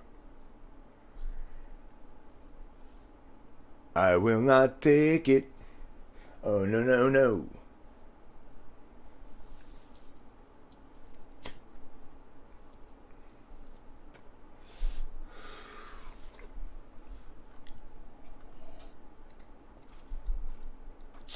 The problem with saying the cloud is trolling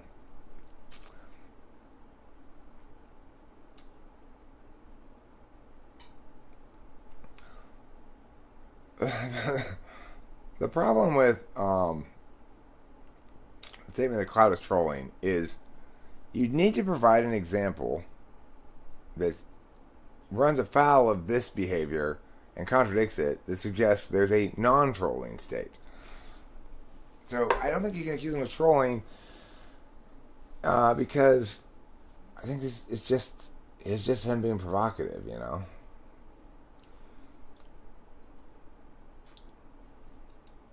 Untoppable authority. I'm Eric. I'm not interested in calculus. I am wise, says Yoda. But who is what Yoda are you talking about? Are you talking about Yoda from Star Wars? I mean, is there some other Yoda? I don't know who you're talking about. Maybe. Is somebody? No.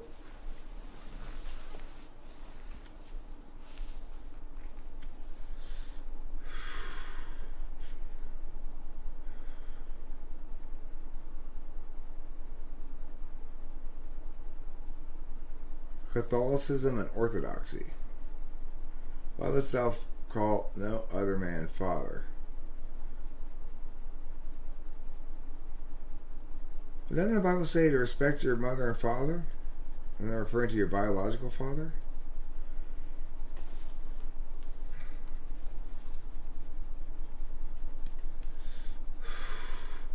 Well, I haven't really seen all the prequels. I just know when I think of Star Wars, I think about episodes 4, 5, and 6.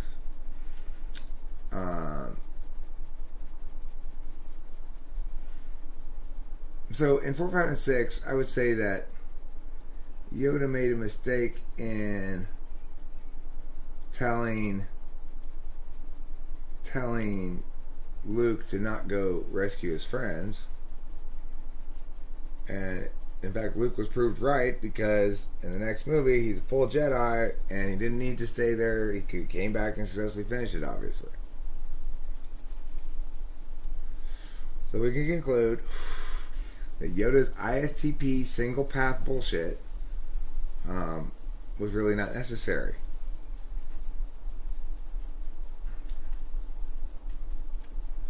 I got a green spleen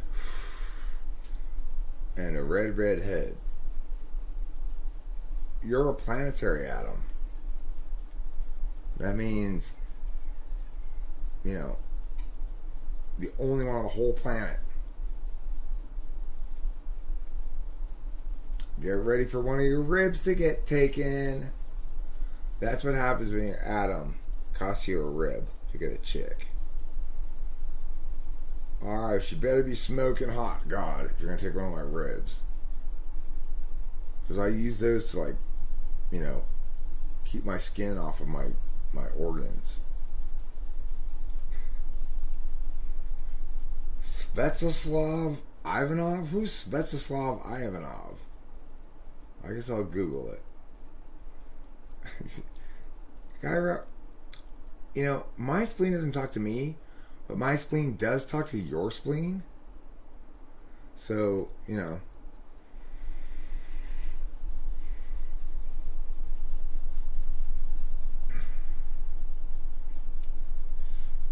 point in Googling him then. The Seer. Yeah, try out my how. I want you to be confident and relaxed. I am well too self-absorbed to bother your guru.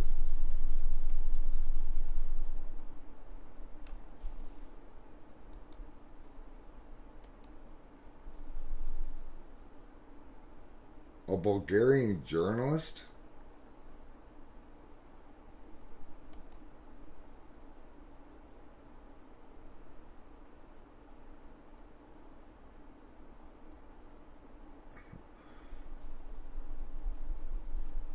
This was written by somebody who's not very good at English. The biography of him on Wikipedia, it says, Svetoslav Ivanov is born on 30 November 1983 in Sofia. He graduates journalism at Sofia University. He specializes in the United Nations.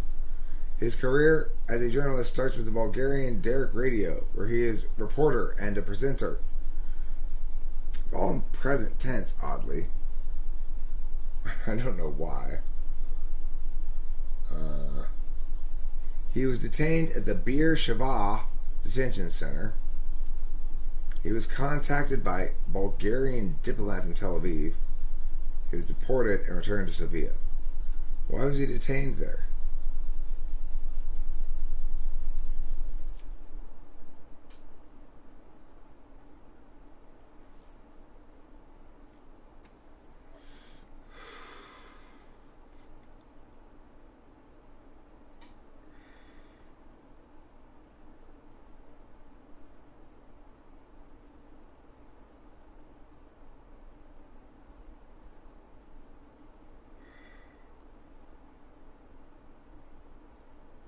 Huh.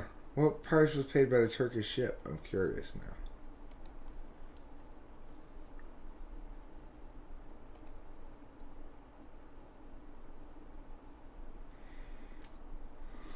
The reporter, who's one of two Bulgarian journalists arrested Monday when Israeli commandos stormed a convoy of ships carrying aid to the Gaza Strip, says everyone on board was fully aware they were heading to a war zone.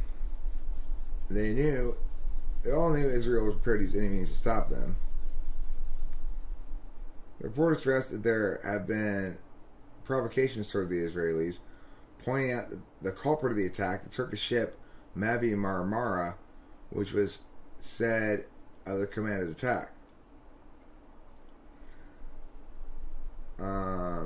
The ship was huge. It had 540 Turkish passengers on board. The captains decided before beginning of the trip it would lead the flotilla. I have some of the attack on film, with Valentin having just about a minute to do whatever he could in the dark, Inavov said, adding warnings on the radio started as early as 10 p.m. Sunday. In other words, they disregarded all the warnings.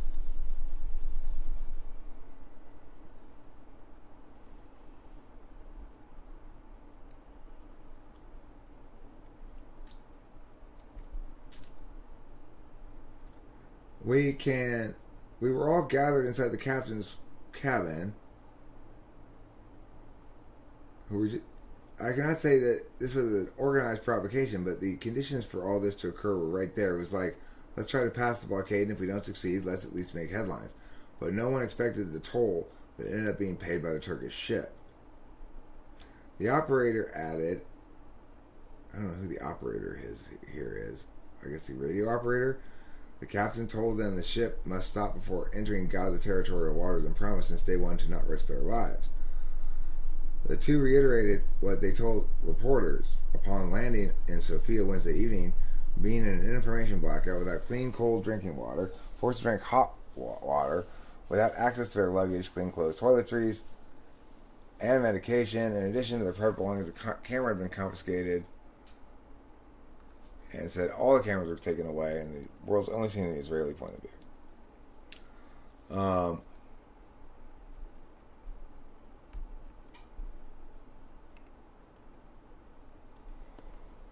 The journalists expressed their gratitude to the Bulgarian embassy in Israel for finding and helping them. Adding, an Israeli serviceman greeted them with, "Welcome to Israel. We have prepared a great reception to our jails for you."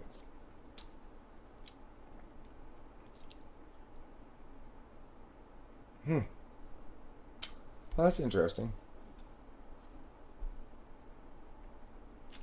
The things you learn live streaming. Learn so many things.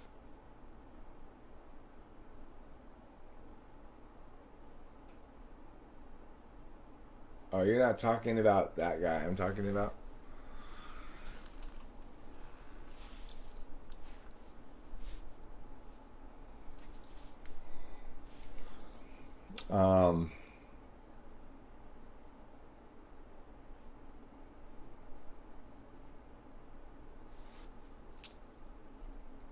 Our postmodernism and metamodernism.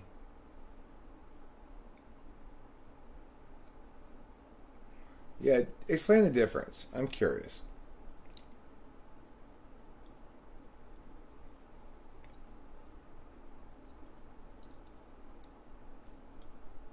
Oh, yeah? What does he see? Seer is really just seer. It's true. In that regard, all of the non-blind are seers. Here. I'll temporarily make you a Mia, and then you can put the link. Okay, and after you put the link, I'll unmoderator you. Do you really wanna hurt me? Do you really wanna make me cry?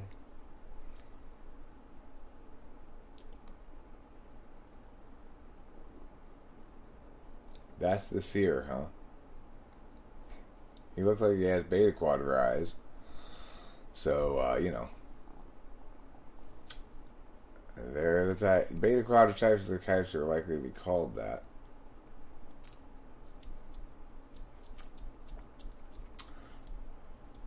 Metamodernism is the adherence to an oscillation of irony and sincerity, and postmodernism has a few different strains in which to move past postmodernism altogether.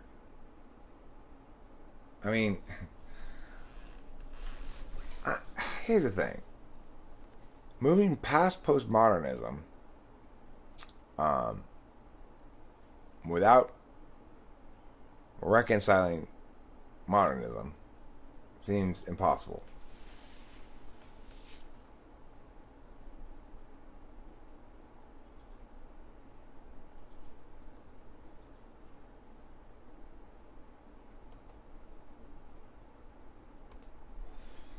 Psychosisize, beta quadrize, for sure. I mean,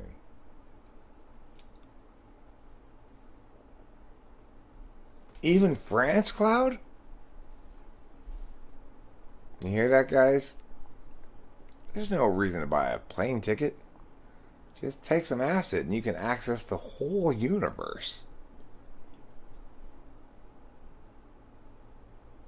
Yes, I know you don't need to be moderator. I just made you one so you can put your link, which you did, and I removed you, as I said I would. What does planetary atom mean anyway? Is that a term that people use, or is it a Yetzirah term?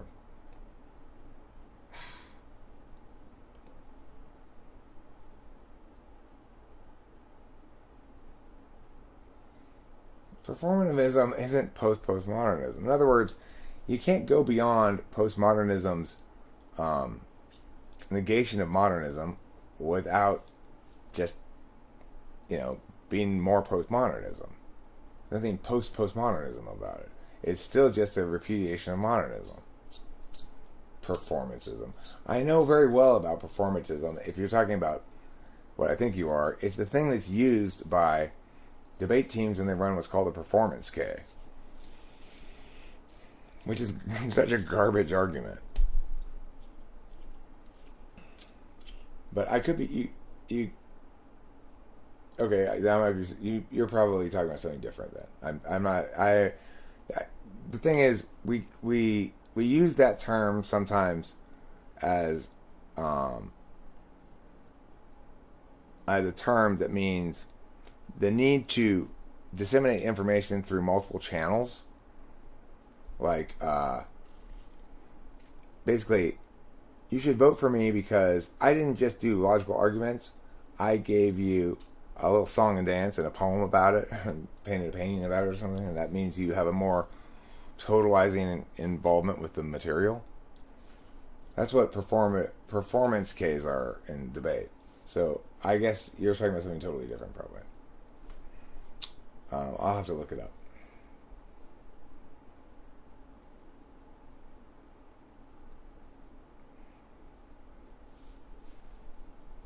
But I mean, the bottom line is,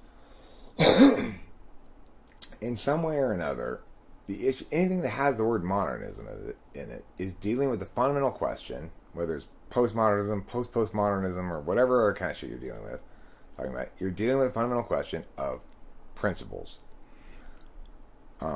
Are there universal principles? We prioritize principles. Postmodernism says we should get rid of principles.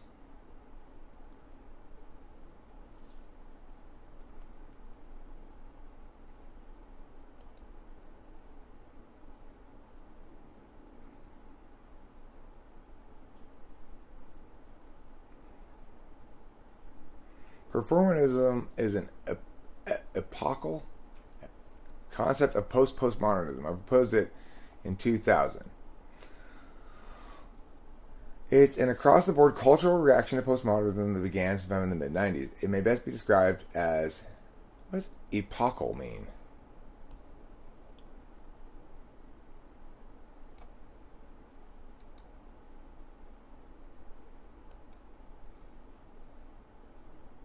Okay. Representative, forming an epic. Replaces postmodern irony and skepticism with artistically mediated belief in the experience of transcendence. Does not mean that organized religions or esoteric belief systems are making a comeback. what performatism does mean is that secular works of art, literature, film, etc. are using formal means to force us to believe in and identify with positive values like math. This tension between believing in positive values and the not quite voluntary means used to transmit them gives performatism a special feel.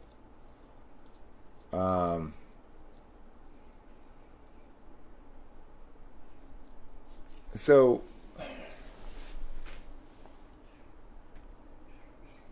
this doesn't address at all. This is just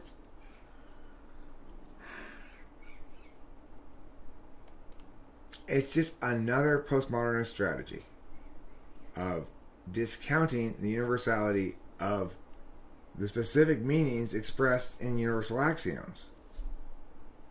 It's just another postmodern strategy. It's descriptive. It's not even philosophical. It's not making claims about the nature of reality. It's describing the way that people relate to media.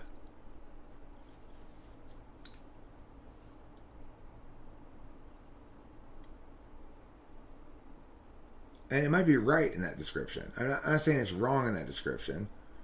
That may indeed be the way that people incorporate positive values, but it doesn't address the question which values ought to be prioritized.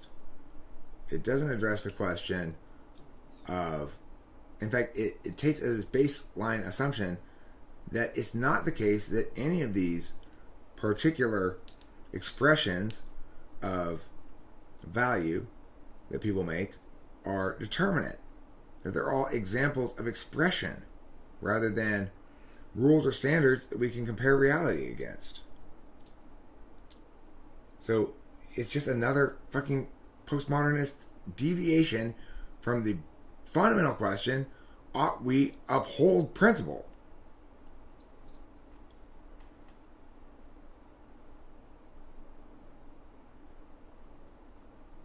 And the answer to that question is yes. And the postmodernists can suck it.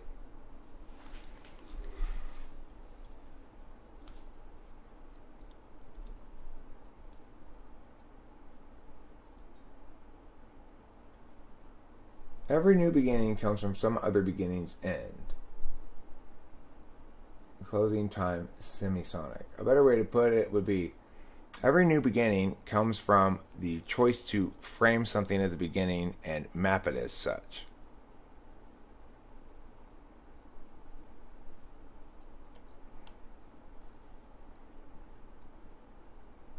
Okay, I think I'm going to wrap it up because I want to work on something else before I have to actually work. I work at 10 a.m. So I want to get something else done besides just live streaming. So I'm going to wrap this up now. So, thank you for being here. Don't throw TE into Eric. I'll try not to. Thanks for being here, everybody. And catch you on the flippity